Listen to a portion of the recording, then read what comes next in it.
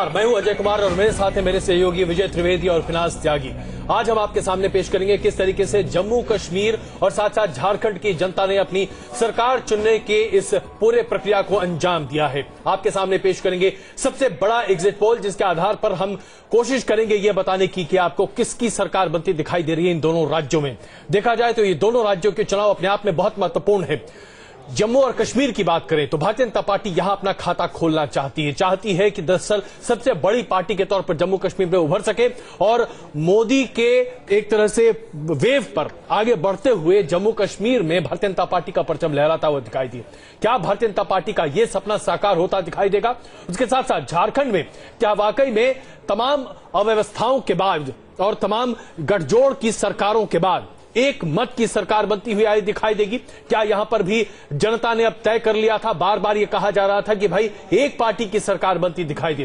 क्या जनता का यह सपना साकार होता दिखाई देगा? इस पर भी हम तफसील से आपके सामने बातचीत करेंगे। इससे पहले कि हम अपनी चर्चा शुरू करें, आइए आपको बताएं कि हमारा ये जो एग्जिट पोल है जो हमने किया है, जो न्यूज नेशन के संवाददाताओं द्वारा किया गया है, हमने तमाम बूथ पर लोगों से खुद बातचीत की है। हमारा सैंपल साइज अलग अलग दोनों राज्यों में अलग अलग है। आखिरकार क्या मेथोडोलॉजी हमने इस्तेमाल किया है, किस आधार पर हम आपके सामने ये पोल प्रेडिक्शन पेश करने जा रहे हैं, आइए सबसे पहले आपको दिखाते हैं। खत्म हुआ वोटिंग का शोर, अब इंतजार है नतीजों का। आखिर कौन थामेगा जम्मू कश्मीर की कमान? किसके हाथ आएगी झारखंड की कुर्सी? क्या मोदी लहर पर सवार बीजेपी लगाएगी जीत का चौका या फिर थम जाएगा बीजेपी का विजय रथ? झारखंड और जम्मू कश्मीर विधानसभा चुनाव को लेकर हमने दोनों राज्यों के मतदाताओं का मूड टटोलने की कोशिश की। सबसे पहले बात जम्मू कश्मीर की। जम्मू कश्मीर में न्यूज नेशन के सर्वे में सैंपल साइज 2500 से ज्यादा रहा और इसमें जम्मू कश्मीर की 40 विधानसभा सीटों के वोटर्स की राय ली गई। इसमें पहले 4 चरणों का पोस्ट पोल और आखिरी चरण का एग्जिट पोल सर्वे है। जम्मू कश्मीर में मोदी के मिशन 44+ पर सबकी निगाहें हैं, तो झारखंड का समीकरण भी कम अहम नहीं है। झारखंड में भी केंद्र पर काबिज बीजेपी ने पूरा जोर लगा दिया है। झारखंड की 50 विधानसभा सीटों पर जम्मू कश्मीर की ही तरह पहले 4 चरणों का पोस्ट पोल और आखिरी चरण का एग्जिट पोल सर्वे किया गया। झारखंड में भी न्यूज नेशन सर्वे का सैंपल साइज 2500 से ज्यादा रहा। हम आपको बता दें कि सर्वे में स्विंग फैक्टर ±3% है, तो बने रहिए हमारे साथ। हम आपको बताएंगे जम्मू कश्मीर और झारखंड की जनता का मूड। क्या देश के दूसरे राज्यों की तरह यहां भी चलेगा मोदी का जादू या फिर विरोधी थामेंगे मोदी लहर को? Team news nation. Jammu Kashmir और झारखंड में क्या वाकई में मोदी का जादू चलता हुआ दिखाई देगा? इसी पर लगातार हम चर्चा करते दिखाई देंगे आपके सामने। हम आपके सामने रुझान पेश करेंगे जिसके आधार पर आप आकलन लगा सकें कि इन दोनों राज्यों में आखिरकार क्या स्थिति रही। मेरी सहयोगी फिनाज अभी आपके सामने डेटा पेश करें। इस बीच अपने हमारे मेहमानों से आपका हम तारुफ करा दें। हमारे साथ इफ्तिकार गिलानी साहब मौजूद हैं, हमारे साथ सतीश पेंडकर साहब वरिष्ठ पत्रकार मौजूद हैं और अभी कुछ ही देर में हमारे साथ Shehzad Poonawalla founder for youth for Congress जुड़ेंगे। फिरदौस तख पीडीपी से हमारे साथ जुड़ेंगे। हमारे साथ शहजाद शहरीन नेशनल कॉन्फ्रेंस के एमएलए हमारे साथ जुड़ेंगे और कुछ ही देर में वरिष्ठ पत्रकार एनके सिंह साहब भी हमारे साथ जुड़ेंगे। तो आइए शुरुआत हम आपके सामने पेश करें जम्मू कश्मीर में, जिसके लिए सबकी एक तरह से धड़कनें बंद होती दिखाई दे रही थी। जो पोस्ट पोल और एग्जिट पोल न्यूज नेशन के संवाददाताओं ने किया है, बिनाज बताइए कि आखिरकार पोल प्रतिशत क्या रहा है और किस आधार पर फिर हम सीटों के बारे में बातचीत करते दिखाई दे रहे हैं। बिनाज जी बिल्कुल अजय, और हमारा सर्वे की मेथोडोलॉजी से हमने अपनी जनता को रूबरू करा दिया, अपने दर्शकों को रूबरू करा दिया। बता देते हैं कि क्या कुछ हमारे एग्जिट पोल के नतीजे जम्मू कश्मीर के संदर्भ में कहते हैं। सबसे पहले हम ये दिखाने की कोशिश करते हैं वोट परसेंटेज की अगर हम बात करें तो किसको कितने प्रतिशत वोट मिला है। बीजेपी को 26% वोट मिल रहा है, जो 2000 जो आपको बता दें 8 के चुनाव के मुकाबले अगर देखा जाए तो वो 12% से बढ़कर 26% हो रहा है। कांग्रेस को 18% है वोट परसेंटेज, तो कांग्रेस का वोट परसेंटेज जस का तस रहा है। नेशनल कॉन्फ्रेंस को 18% वोट मिल रहे हैं, जबकि पिछली बार उनको 23% वोट मिले थे और पीडीपी के खाते में 24% वोट जा रहे हैं, जबकि पिछली बार 15% वोट पीडीपी ने पाए थे। तो पीडीपी और बीजेपी सबसे ज्यादा फायदा वोट परसेंटेज के लिहाज से यहां पर होता हुआ दिख रहा है। लेकिन ये वोट परसेंटेज जब सीटों में कन्वर्ट करेंगे तो उसकी क्या कुछ स्थिति बनेगी, ये हम आपको दिखाते हैं। किसको कितनी सीटें मिलेंगी? बीजेपी के खाते में आपको बता दें 22 से 26, यानी कि मिशन 44, जिसको रिवाइज करके मिशन 50 कर दिया गया था, अति उत्साह के चलते, कॉन्फिडेंस के चलते, उससे काफी दूर कम से कम हमारे एग्जिट पोल में नजर आ रही है बीजेपी 22 से 26, कांग्रेस 5 से 9, नेशनल कॉन्फ्रेंस जिसको कहा जा रहा था नुकसान होगा, वो नुकसान होता हुआ दिख भी रहा है 12 से 16, और पीडीपी सबसे बड़े गेनर के तौर पर यहां इमर्ज हो रही है 29 से 33, और अदर्स के खाते में 9 से 13 सीटें यहां पर जा रही हैं। अजय, बिल्कुल फिनास, तो यहां पर स्थिति बहुत ही गंभीर बनती हुई दिखाई दे रही, क्योंकि अगर इन आंकड़ों पर हम यकीन करें और यही रुझान अगर आंकड़ों में तब्दील होते दिखाई देते हैं जब मतगणना का काम पूरा हो जाता है, यानी कि 23 तारीख को, तो विजय जी मुझे ऐसा लगता है कि स्थिति काफी गंभीर हो जाएगी जम्मू कश्मीर के लिए। किसी की भी स्पष्ट बहुमत की सरकार बनती नहीं दिखाई दे रही है जम्मू कश्मीर में। ऐसी स्थिति में क्या होता दिख रहा है आपको? बिल्कुल ऐसा ही लग रहा है। भारतीय जनता पार्टी का जो मिशन था, मिशन 44, जिसका पीनाज जिक्र कर रही थी और फिर उसको 50 में रिवाइज किया गया था, उससे बहुत दूर है भारतीय जनता पार्टी। लेकिन उसके लिए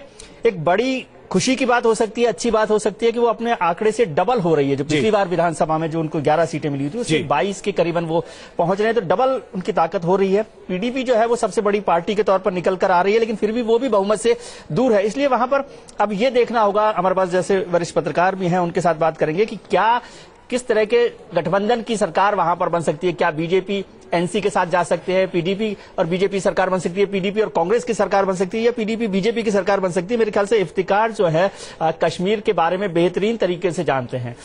क्या पहले तो इफ्तिकार, आपको लगता है कि ये जो हमारा जो सर्वे है, जिस तरह का हम लोगों ने कोशिश की, हम पूरे 5 चरणों में लगे रहे और हमारे जो रिपोर्टर्स हैं, आप भी जानते हैं कि जम्मू कश्मीर में पूरा सर्वे करना, ओपिनियन पोल देखना, एग्जिट पोल देखना बहुत मुश्किल काम था, लेकिन उसके बाद भी जो तस्वीर हमारे सामने आई है, क्या आप उससे सहमत हैं, तारुफ रखते हैं? सबसे पहले मैं आपको ये बताना चाहूँ कि ये 1987 के बाद ये पहला नॉर्मल इलेक्शन था कश्मीर में। उससे पहले जो भी इलेक्शंस कश्मीर में हैं, उसके बाद वो कोई नॉर्मल इलेक्शंस नहीं बताए जा सकते हैं, कि उनमें किसी तरह का प्रभाव था, या तो मिलिटेंसी बहुत ज्यादा थी या बहुत सारे और फैक्टर्स काम करते थे। ये पहला नॉर्मल इलेक्शन था कश्मीर में। और अगर बीजेपी सीटें कम ला रही हैं, लेकिन उनकी एक सबसे बड़ी कामयाबी जो अगर मोदी सरकार की कोई है, वो यही है कि कश्मीरी लोगों को उन्होंने इस बार पोलिंग बूथ तक तो पहुंचा दिया। नहीं, लेकिन यहाँ बहुत महत्वपूर्ण सवाल यहाँ पर कि क्या वाकई में अगर मान लीजिए कि 33 सीटें पीडीपी की आकर रह जाती हैं, सबसे बड़ी पार्टी पीडीपी बनती है, लेकिन सरकार नहीं बना पाएगी। मुझे लगता है कि यहाँ पर जो सिचुएशन होगी वो बिल्कुल दिल्ली जैसी सिचुएशन होगी यहाँ पर। और वहाँ पर अगर आपने कुछ दूसरे भी कुछ दल, कुछ इंडिपेंडेंट्स वगैरह भी जीत रहे हैं कुछ इलेक्शंस, उनके ये 2002 में भी इसी तरह की एक सरकार बनी थी, उसमें पीडीपी, कांग्रेस और कुछ इंडिपेंडेंट्स को लेकर सरकार बनी थी। मुझे ये नहीं लगता है यहाँ पर कि कहीं ऐसी कोई संभावना है जहाँ पीडीपी और बीजेपी आपस में मिलकर सरकार बना लें। बीजेपी की सेहत के लिए भी अच्छा है कि इस सिचुएशन में कि वो अपोजिशन में ही रहे, और एक क्योंकि लेकिन बीजेपी ने एक बहुत बड़ा काम यह किया है कि कांग्रेस को उसने रिप्लेस किया as a representative of Hindu sentiments of Jammu. Congress को उसने रिप्लेस किया है यहाँ पर। बहुत महत्वपूर्ण बात। साहब, मैं यहाँ पर एक चीज समझना चाहूंगी, क्योंकि इससे पहले हम इस चर्चा को आगे बढ़ाएं, एक जो जहन जनता के दिमाग में सवाल आता है कि भाई वोट परसेंटेज तो सबसे लार्जेस्ट पार्टी के तौर पे बीजेपी को जाता है, लेकिन जब उसको सीट में कन्वर्ट कर रहे हैं तो बीजेपी कहीं पीछे छूट जाती है, पीडीपी बाजी मार ले जाती है। तो ऐसा क्यों हो रहा है कि वोट ज्यादा मिल रहे हैं और यहाँ पे सीट कन्वर्जन नहीं हो पा रहा है? इसकी सबसे बड़ी एक वजह यह है कि कश्मीर वैली में वोट्स जम्मू के मुकाबले में कम पड़े हैं, इसलिए कश्मीर वैली में जितने वोट्स पड़े भी हैं वो भी एक बहुत बड़ी चीज है, बहुत बड़ी उपलब्धि है इस हुकूमत की इस वक्त। लेकिन वहां पर वोट परसेंटेज कम पड़ा, और पूरे मुल्क में जो है वोट और पॉपुलेशन का रेशियो भी जो कश्मीर में सबसे कम है, बिल्कुल सेंसस एंड इलेक्टोरेट का। तो इसलिए जो है वहां पर आपको ये लग रहा है कि वहां पर जो है अगर सीटें ज्यादा हैं, वोट कम है। लेकिन अगर दो तीन इलेक्शंस अगर कश्मीर में इसी तरह के नॉर्मल हो जाते हैं तो ये सिचुएशन भी नॉर्मलाइज हो जाएगी। बिल्कुल। अब फिरदौस साहब, आपके लिए खुशखबरी ये कि आप सबसे बड़ी पार्टी के तौर पर उभर रहे हैं, लेकिन उसके साथ साथ राइडर ये कि आप अपने दम पर सरकार नहीं बना पाएंगे। ऐसी सूरत में क्या स्थिति बनती दिखाई दे रही है? हम जानते हैं आपका पहला शब्द, शायद पहली लाइन यही हो, अभी ये तो आपका एग्जिट पोल है, नतीजे आने दीजिए। लेकिन मान लीजिए कि यही एग्जिट पोल नतीजों में तब्दील हो जाते हैं, वैसी स्थिति में आप सरकार कैसे बना पाएंगे?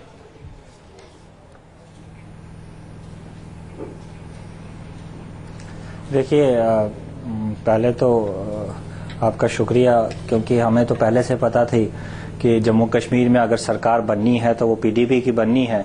क्योंकि फेज 1 से ही रिजल्ट आना जो है वो शुरू हो गए थे जी। जिस तरह से जम्मू कश्मीर में एक मुफ्ती लहर चल पड़ी थी, उसके सामने हर जमात और हर जमात का नुमाइंदा जो है वो फीका नजर आ रहा था।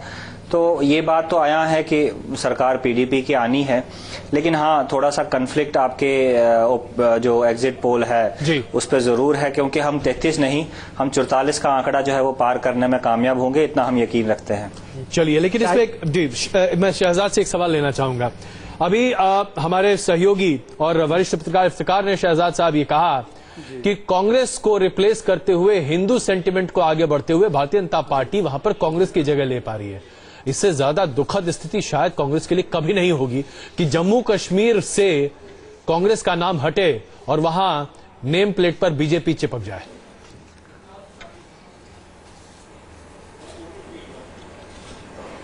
देखिए, पहले तो मैं जम्मू कश्मीर के लोगों को और चुनाव आयोग को और सभी लोगों को, आपके पत्रकारों को भी जो वहां पर लगातार रिपोर्टिंग करते आए हैं, ठंड, आतंकवाद और अलगाववाद, इन तीनों का सामना करते हुए, जिन चुनौतियों का सामना करते हुए उन्होंने इतनी वोटिंग की है, उसके लिए सराहना करना जरूरी है। दूसरी बात, मैं एक चीज ये कहूंगा कि आपका जो ओपिनियन पोल था, अजय जी आप ही थे शायद, आप उस रात को हमने किया था, तो उससे अगर आप इसको कंपेयर करें तो आपके फिगर्स काफी अलग है, और मैं आपसे कह रहा था कि कहीं ना कहीं फिगर्स इस तरीके के ही होंगे। मैं ये बात से सहमत हूं कि बीजेपी का वोट शेयर बढ़ेगा, इसमें मैं आपसे सहमत हूं। क्या उसका वोट शेयर और इतनी सीटें बढ़ेगी, ये मैं इस बात पे थोड़ा सा आपसे डिसएग्री करता हूं अभी भी। हालांकि ये भी ठीक रहेगा कि पीडीपी नंबर 1 पार्टी उभरेगी। मुझे लगता है कि कांग्रेस जो है अभी भी नंबर 2 पार्टी उभरेगी। अगर नहीं उभरती है तो इफ्तिकार जी की बात जो है वो सही साबित होगी, पर मेरे हिसाब से अभी भी जम्मू कश्मीर में कांग्रेस जो है नंबर 2 पे आएगी, क्योंकि एनसी का परफॉर्मेंस बहुत खराब रहा है। ये मेरी एक उम्मीद भी है, आशा भी है। अब 2-3 दिन के बाद पता ही चल जाएगा इस बार। कांग्रेस साथ पहले ही छोड़ गई थी, और अब अगर हम बात करें तो एग्जिट पोल हमारा आपकी स्थिति बहुत अच्छी नहीं दिखा रहा है। सत्ता से तो आप बाहर हो रहे हैं, वो भी काफी बुरी तरह से। तो ऐसे में विकल्प क्या बनेगा? किसी की सरकार बनवा देंगे क्या? बीजेपी तो पुराना साथी रहा है एक बार।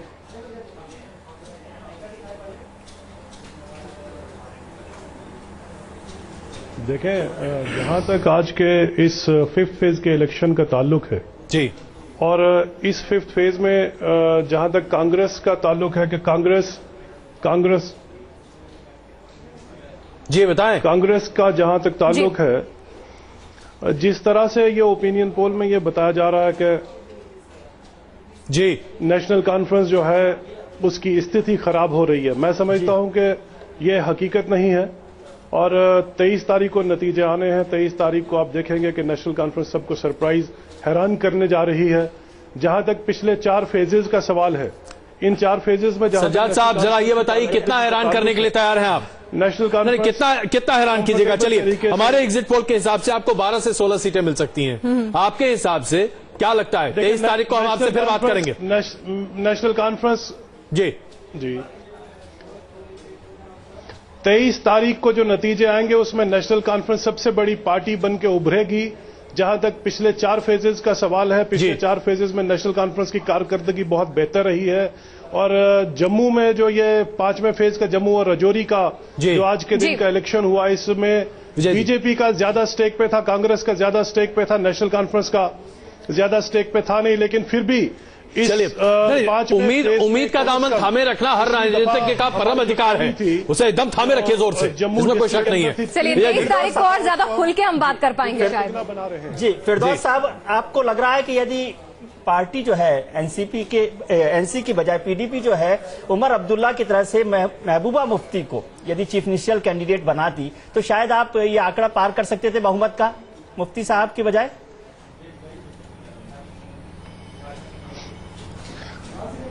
देखिए, ऐसी बात नहीं है। लोगों ने जम्मू कश्मीर में 2 चीज़ों पर जो है इस बार चुनाव हुए हैं। एक तो लोगों ने एक सिस्टम के खिलाफ, एक करप्ट निज़ाम के खिलाफ वोट किया है, और एक ऐसी जमात के खिलाफ वोट किया है जिसने जम्मू कश्मीर को हमेशा जुल्म, जबर और ज़्यादतियों के सिवा शायद ही कुछ दिया है। और दूसरी वजह ये थी कि जो लोग इस बार नहीं देखिए, पीडीपी सबसे बड़ी पार्टी बन रही है फिरदौस साहब, लोग बाहर साहब पीडीपी सबसे बड़ी पार्टी बन रही है, इसमें कोई शक अभी कम से कम इसको होता नहीं दिखाई दे रहा। सवाल यहाँ पर बहुत सीधा था, क्या महबूबा मुफ्ती को अगर आप युवा मुख्यमंत्री के तौर पर प्रेजेंट करते तो लोग आपसे ज्यादा जुड़ते, या आपको लगता है कि अभी भी मुफ्ती साहब ही आपके सबसे ट्रस्टेड? इजाजत दें, बहुत लंबा बोल रहे हैं, वक्त बहुत कम है सर। मैं इसी बात जी मैं इसी बात का जवाब आपको दे रहा था कि दो चीजों पर इस बार चुनाव हुए हैं। एक तो ये कि लोगों ने नेशनल कॉन्फ्रेंस के खिलाफ वोट किया है, दूसरा ये कि लोगों को ये बात पता थी कि अगर जम्मू कश्मीर को इस हालात से कोई बाहर निकाल सकता है वो सिर्फ और सिर्फ मुफ्ती मोहम्मद सईद साहब की जात है जी। इसलिए पीडीपी ने पहले ही ये बात का ऐलान कर चुके हैं और पीडीपी यानी आपको भरोसा है कि आपने जो चुनाव किया बिल्कुल सही है। जो चीफ मिनिस्टर कैंडिडेट है मुफ्ती साहब, he has the capability and चलिए हम उम्मीद करते हैं कि आप जो चुनाव करें बिल्कुल सही होगा। सतीश जी आपकी क्या टिप्पणी? देखिए, आप यही जो सवाल मुफ्ती मोहम्मद सईद के बारे में पूछ रहे थे, तो ये कहा जाता है कि पार्टी ने जानबूझकर जो है मुफ्ती को मुख्यमंत्री पद के उम्मीदवार के तौर पर प्रस्तुत किया। इसकी वजह यह है कि जो देश के बाकी हिस्सों में युवाओं की जो राजनीति का अनुभव है बहुत अच्छा नहीं है, चाहे वो राहुल गांधी हो चाहे अखिलेश हो, इन लोगों ने कोई बहुत अच्छी सरकार नहीं दी है। जबकि मुफ्ती उमर अब्दुल्ला हो, तो जबकि दूसरी तरफ जो है मुफ्ती मोहम्मद सईद ने जो 3 साल सरकार चलाई उसको बहुत अच्छी सरकार माना जाता है और वो एक बड़ी इंक्लूसिव किस्म की सरकार थी ऐसा भी माना जाता है। इसलिए पार्टी ने सोचा था कि महबूबा मुफ्ती के बजाय जो है वो मुफ्ती मोहम्मद सईद जो हैं उन्हें मुख्यमंत्री के तौर पर जो है वो प्रस्तुत किया जाए। और एक बात मैं और बता देता हूं कि मोदी हमेशा कहते रहे बाप बेटे की सरकार और बाप और बेटी की सरकार, तो एक फैक्चुअली रॉन्ग है ये, क्योंकि कभी महबूबा मुफ्ती सरकार में नहीं रही ना, तो इस मामले में मुफ्ती मोहम्मद सईद को जानबूझकर पेश किया गया मुख्यमंत्री के तौर। आपने जो शुरुआत की कि चुनाव में बहुत अच्छे तरह से वोटिंग हुई है और पूरे लोग जो है निकल कर आए हैं, सबसे बड़ा सवाल है आपने भी उस टेररिज्म को देखा है और झेला भी है, मैं उस बात का जिक्र नहीं करना चाहता, एक बुरा दौर निकला है। क्या आपको लगता है कि जम्मू कश्मीर इन चुनावों के बाद आतंकवाद के दौर से निकल रहा है? देखिए, मैंने इसीलिए पहले ही कहा आपको कि 1987 का जो इलेक्शन हुआ था कश्मीर में, जो एक टर्निंग पॉइंट था कश्मीर की हिस्ट्री का, उसके बाद उस इलेक्शन में जिस तरह से काउंटिंग हॉल्स को हाईजैक किया गया था और उसके बाद ही तो मिलिटेंसी का एक दौर शुरू हुआ जिसमें तकरीबन अभी तक कई लाख लोग मारे जा चुके हैं। उसके बाद से ये एक इलेक्शन हुआ है कश्मीर में जो एक दूसरा टर्निंग पॉइंट है कश्मीर की हिस्ट्री का। और अगर इस इलेक्शन में वो जिसने जिसको वोट दिया है अगर वो रिप्रेजेंट नहीं होता है काउंटिंग हॉल्स में, तो एक और दौर शुरू हो सकता है कश्मीर में। कश्मीर की हिस्ट्री का एक टर्निंग पॉइंट है ये इलेक्शन। बिल्कुल, इलेक्शन कई मायनों में इतिहास रच रहा है। बिल्कुल, एक कुछ डेटा हम अभी यहाँ पर फिलहाल सामने रखना चाहेंगे। हमने कई सवाल पूछे थे अपने तमाम रिस्पोंडेंट से, उनमें से 2 सवाल महत्वपूर्ण सवाल हम अभी अपने दर्शकों को भी दिखाना चाहेंगे कि आखिरकार लोगों ने किन मुद्दों को ध्यान में रखकर इस बार मतदान की प्रक्रिया में हिस्सा लिया। सबसे महत्वपूर्ण सवाल जो हमने उनसे पूछा था, पहला सवाल जो हम आपके सामने पेश कर रहे हैं, क्या धारा 370 दिमाग में था? ये हम आपके सामने पेश कर रहे हैं कि चुनाव में सबसे बड़ा मुद्दा क्या रहा, इसका हम आपके सामने पेश करेंगे। कि सबसे पहले आइए जरा देखिए कि किस तरीके से सबसे बड़ा मुद्दा आखिरकार जम्मू कश्मीर में लोगों के लिहाज से क्या है। रोजगार यानी कि बेरोजगारी वहां पर कितने बड़े पैमाने पर है ये आप देख सकते हैं। 41% लोगों का यह मानना था और महंगाई 19%। इसका मतलब आप तय कर सकते हैं कि आखिरकार लोगों ने किस आधार पर वहां पर वोट किया है। यहां पर हम अपने पैनलिस्ट से भी यह समझना चाहेंगे। सतीश जी, रोजगार सबसे बड़ा मुद्दा निकल कर आया है। नरेंद्र मोदी बार बार वहां पर अपने तमाम भाषण में कहते रहे कि हम जो सिक यूनिट्स हैं पीएसयू के उनको ठीक करने की कोशिश करेंगे, रोजगार के अवसर वहां मुहैया कराएंगे, विकास की बात करते दिखाई दे रहे थे। क्या आपको लगता है कि यह वजह हो सकती है कि खास करके जम्मू के क्षेत्र में भारतीय जनता पार्टी को बढ़त ज्यादा मिलती दिखाई दे, या आपको लगता है कि दरअसल भारतीय जनता पार्टी को जो भी बढ़त मिलती दिख रही हो या अगर मिल रही हो वो पोलराइजेशन की वजह से? नहीं, पोलराइजेशन तो देखिए एक मुद्दा है ही, लेकिन मोदी ने 2 काम किए। एक तो उन्होंने जो विकास का मुद्दा उठाया ये सबको आकर्षित करता है, मुझे लगता है कश्मीर के लोगों को भी आकर्षित करता है, भले ही उतने बड़े पैमाने पर नहीं जी। और दूसरी बात, बेरोजगारी का मुद्दा उठाकर तो उन्होंने एक तरह से कश्मीर की नब्ज पर हाथ रख दिया है कि जो है हर किसी को रोजगार चाहिए, खासकर युवाओं को तो रोजगार चाहिए ही चाहिए। लेकिन हुआ ये कि इसमें वो लागू कैसे करेंगे। मुझे लगता है कि कश्मीर जैसे राज्य में अगर धारा 370 जब तक लगी रहती है तब तक विकास हो ही नहीं सकता है। कोई भी चीज जो है वो जम्मू कश्मीर हम उस पर भी चर्चा जरूर करेंगे। उसको लेकर बीजेपी खुद ही क्लैरिटी नहीं है। बीजेपी की सबसे बड़ी गलती है कि उसने धारा 370 को नकार दिया। कम से कम फिनाज, हमें लगता है कि शहजाद से हमें एक सवाल जरूर लेना चाहिए। बिल्कुल, शहजाद पूनावाला जी, क्या आप लोग अब मानने लगे कि जो राज्य पंडित नेहरू के बहुत करीब था, जिसे लेकर इंदिरा गांधी हमेशा बहुत ही आश्वस्त रहती थी, जिसे लेकर राजीव गांधी ने बार बार अपनी टिप्पणियां सामने रखी और गांधी परिवार का विशेष जुड़ा रहा, आज वो राज्य आपके हाथ से फिसल गया पूरे तरीके से और ये आप ही की करनी है। कश्मीरी पंडित के नाम पर चलाती रही कांग्रेस। जी,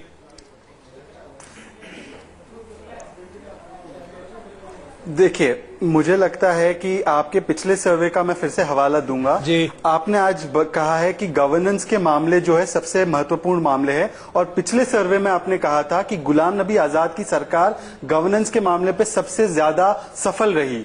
तो जम्मू कश्मीर के लोगों के लिए करने के लिए जब बात आई तो वो पिछली कांग्रेस की सरकार से जिसने किया था। देखिए, मोदी जी बड़ी बड़ी अच्छी बात है। आपको एक बार करेक्ट कर दूं, वो सर्वे में उनकी गवर्नेंस का जिक्र नहीं था, उसमें था कि क्या सबसे लोकप्रिय नेता मुख्यमंत्री के तौर पर कौन होगा, उसमें गुलाम नबी आजाद का नंबर ऊपर था, उसमें गवर्नेंस का जिक्र नहीं था गुलाम नबी आजाद का। जी ठीक है, मैं समझता हूं अपनी अंडरस्टैंडिंग से कि जम्मू कश्मीर के लोगों ने उनको लोकप्रिय इसलिए समझा होगा क्योंकि उन्होंने गवर्नेंस के मामलों पे डिलीवर किया और आज भी हम वही मामलों को उठाकर ले जा रहे लोगों के पास। 6 महीने में आपने देखा है कि क्या वादे किए गए, काले धन पे हो, रोजगार पे हो, जीडीपी पर हो, सारी चीजों पे इन्होंने वादे बहुत अच्छे किए। जम्मू कश्मीर के चुनाव हमेशा कश्मीर की घाटी के लोगों को मुद्दा बनाकर और कश्मीर को एक देश भर में क्या अलग तरीके से प्रोजेक्ट करके ही लड़े जाते रहे थे। तो क्या ये जो चुनाव के एग्जिट पोल के जो हमारे कम से कम जो नतीजे हैं, जिस ओर इशारा कर रहे हैं, बीजेपी जिस तरह से इमर्ज कर रही है, क्या वो संकेत दे रही है कि वहां की क्षेत्रीय पार्टियों को भी समझना होगा कि जम्मू कश्मीर की जनता भी वही चाहती है जो देश चाहता है, विकास। हम इस चर्चा को जारी रखेंगे, लेकिन हम यहां पर रुक रहे हैं कुछ देर के लिए। आप हमारे साथ बने रहिए क्योंकि अब इसके बाद ब्रेक से तुरंत वापस आने के बाद हम चर्चा शुरू करेंगे झारखंड की, जहां उसके बाद हम विस्तृत चर्चा करेंगे जम्मू कश्मीर की भी और झारखंड की भी। लेकिन झारखंड का एग्जिट पोल क्या कहता है, वहां किसकी सरकार बनती हुई दिखाई दे रही है, लगातार देखते रहिए न्यूज नेशन का एग्जिट पोल।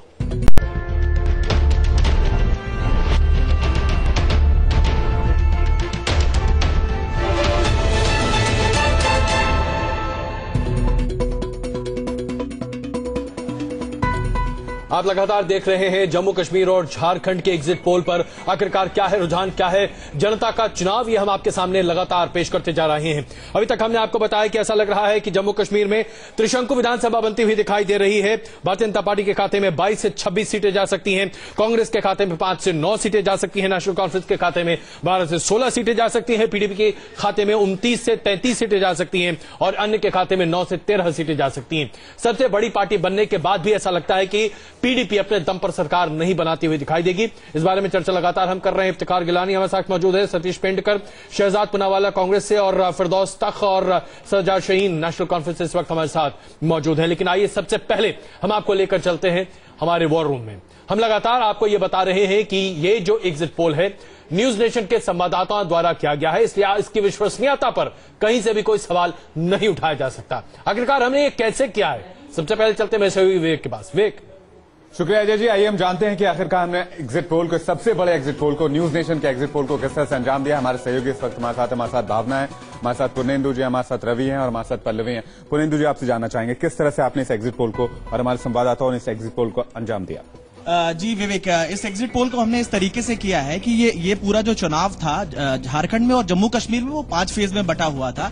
तो हमने जो शुरुआत के 4 फेज लिए हैं वहां पोस्ट पोल किया है और लास्ट फेज में हमने इसको एग्जिट पोल किया है और इसमें हमने तमाम क्वेश्चंस लिए थे ताकि हम डेटा को क्रॉस चेक कर सकें। बहुत सारे इश्यूज और उनपे लोगों की राय ली गई ताकि एक बड़े स्तर पे हम लोगों की राय जान सके और उस आधार पर एनालिसिस कर सके। हमने रैंडम सैंपलिंग की है हमने दोनों ही स्टेट में 2500 से ज्यादा सैंपल लिए हैं, जो कि एक रिप्रेजेंटेशन के लिहाज से काफी बेहतर है। साइंटिफिक तरीके से हमने उन सैंपल्स का चुनाव किया है। इस तरीके से पूरा डेटा कंपाइल हुआ है, हमने वेब फॉर्म में पूरा फीड किया है पूरा डेटा, हमारी पूरी टीम उसके के लिए काम कर रही थी, और इस तरीके से फाइनल एक कैलकुलेशन के बाद हम इस नतीजे पे पहुंचे हैं कि झारखंड में बीजेपी बहुमत पाने जा रही है और जम्मू कश्मीर में हम जम्मू कश्मीर में मसला क्या है? एक छोटा सवाल, एक छोटा सा जवाब चाहेंगे भावना जी आपसे। जम्मू कश्मीर में मेन मसला जैसे आर्टिकल 370 है, उस पर लोगों ने बहुत वोट किया है, और मेन मुद्दा अगर हम बोलें किस मुद्दे पे वोट किया है तो एम्प्लॉयमेंट सबसे बड़ा मुद्दा रहा है। लगभग 41% जो लोग थे उन्होंने बोला है कि एम्प्लॉयमेंट एक सबसे बड़ा इशू था जिस पर लोगों ने वोट डाले। तो अजय जी, एम्प्लॉयमेंट एक बड़ा मसला रहा है और सबसे ज्यादा वोटिंग एम्प्लॉयमेंट और 370 के मसले पर हुई है। बिल्कुल, एनके सिंह साहब वरिष्ठ पत्रकार इस वक्त हमारे साथ जुड़ चुके हैं। सिंह साहब, अभी तक जो हमारे रुझान सामने आ रहे हैं, ऐसा लगता है कि त्रिशंकु विधानसभा के अलावा कोई और रास्ता कम से कम जम्मू कश्मीर में बनता हुआ नहीं दिखाई देता। ऐसे में क्या लगता है आपको, पीडीपी क्या भारतीय जनता पार्टी के साथ जा सकती है, या फिर भारतीय जनता पार्टी नेशनल कॉन्फ्रेंस के साथ सरकार बना सकती है? क्या कुछ हो सकता है? आसार क्या लग रहे हैं आपको? देखिए, बहुत कुछ तो डिपेंड करेगा कि सीटों का कंपोजिशन क्या है, लेकिन एक बात सही है कि भारतीय जनता पार्टी एनसी साथ में पहले भी रह चुकी है, तो इसलिए एक वो नेचुरल कॉम्बिनेशन बन सकता है, और दूसरी तरफ दूसरा कॉम्बिनेशन पीडीपी और कांग्रेस का भी बन सकता है, क्योंकि पॉलिटिक्स पे आप जानते हैं कि कोई भी अछूत नहीं होता है जी, लिहाजा ये पॉसिबिलिटी भी है। तो बहुत कुछ डिपेंड करेगा कि नंबर्स कैसे कर रहे हैं, लेकिन एक बात साफ है, एक स्ट्रांग, अगर जो भी पार्टी बने, जो भी पार्टी का कॉम्बिनेशन बने, एक स्ट्रांग अपोजिशन होगा, और मुझे लगता है कि तब बीजेपी जिस तरह एक इंटरनेशनल मैसेज जाएगा वो बीजेपी के लिए बहुत पॉजिटिव होगा, और एक स्वस्थ अपोजिशन की भूमिका बीजेपी भी निभाएगी और पीडीपी भी निभाएगी। अगर मान लीजिए पीडीपी नहीं बनाती है, बीजेपी और एनसी बनाते हैं, उस केस में भी एक अच्छी भूमिका अपोजिशन की निभाएगी। मुझे लगता है पहली बार ये उसके इतिहास में होगा कि एक डेवलपमेंट ओरिएंटेड पूरा का पूरा गवर्नमेंट होगी, और अगर वो कहीं बदलना भी चाहेगी तो अपोजिशन उसको सीधे ट्रैक पे रखेगा।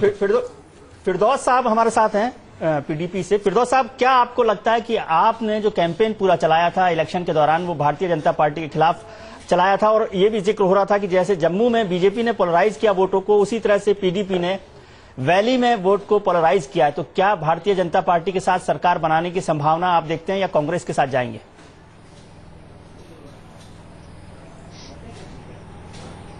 देखिए, पहले तो आप जो ये कह रहे हैं कि हमने पोलराइजेशन बीजेपी की तरह किया, तो ये तो सरासर गलत है, क्योंकि पीडीपी ही शायद एक ऐसी जमात है जम्मू कश्मीर में जो ना तो रीजनल या रिलीजियस या कम्युनिटी बेस्ड पॉलिटिक्स करती है।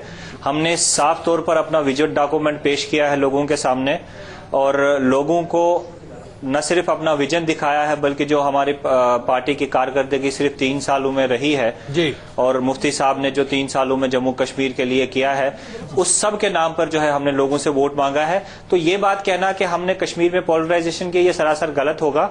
हाँ, हमने डेवलपमेंट के नाम पर, हमने प्रॉस्पेरिटी के नाम पर लोगों से वोट मांगा है, और एक विजन डॉक्यूमेंट लोगों के सामने रखा है। जहां तक सवाल ये है कि क्या अलायंस हो सकता है या नहीं हो सकता है, ये आंकड़ों की बात है, अभी तो सिर्फ एग्जिट पोल के आंकड़े आए हैं।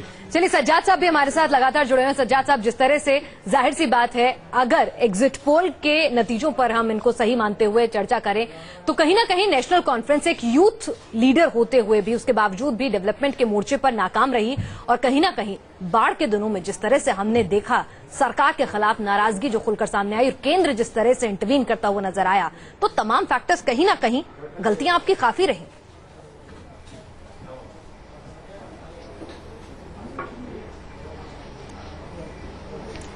देखें, जहां तक नेशनल कॉन्फ्रेंस का यूथ का लीडरशिप के हवाले से आपने बात की है, तो इसमें कोई शक नहीं है कि नेशनल कॉन्फ्रेंस ने अपने 6 साल दौर में नौजवानों के इश्यूज को एड्रेस करने में कई इकदाम उठाए, जिसमें शेर Kashmir employment welfare guarantee scheme थी, और उसके साथ साथ उम्मीद थी, उड़ान जैसी स्कीमें हमने इंट्रोड्यूस करके हजारों नौजवानों को रोजगार देने की कोशिश की है। और जहां तक आपके दूसरे सवाल का ताल्लुक है कि सैलाब के बाद लोगों का नेशनल कॉन्फ्रेंस अभी भी नहीं समझ पाई, इसमें कोई शक नहीं। अच्छा, चलिए, इसमें कोई शक, मैं आप दोनों के सामने, लेकिन फिर नतीजे आपके हाथ में क्यों नहीं जा रहे? सैलाब आया, सैलाब नहीं, बिल्कुल। देखिए, अच्छा, आइए जरा हम आप दोनों के सामने, यानी कि फिरदौस साहब और सज्जाद साहब, आप दोनों के सामने एक मुखर सवाल रख रहे हैं। ये बताइए कि भारतीय जनता पार्टी को रोकने के लिए, नहीं, भारतीय जनता पार्टी को रोकने के लिए आप दोनों पार्टियां क्या कर सकती हैं? फिरदौस साहब, भारतीय जनता पार्टी को सरकार बनाने से रोकने के लिए आप क्या कर सकते हैं? जहां तक पीडीपी,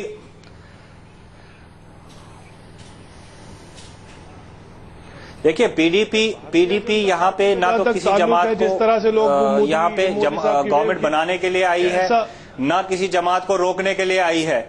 यहाँ पे पीडीपी एक एजेंडा बेस्ड पॉलिटिक्स लेकर आई है और एक अच्छी गवर्नेंस लोगों को देने के लिए हमने जो वादे किए हैं। चलिए, अगर ऐसी बात है फिरदौस साहब, तो आपका नेचुरल एलाय कौन है? हम लोग अभी कॉन्फिडेंट हैं आपके लिए नेचुरल एलाय कौन है? गवर्नमेंट बनाएंगे। फिरदौस साहब, अगर मान लीजिए ऐसी सूरत आती है, मैं आपसे जानना चाहता हूं, लाइक माइंडेड पीपल कौन होंगे आपके लिए? नेचुरल एलाय कांग्रेस है, बीजेपी है, नेशनल कॉन्फ्रेंस है?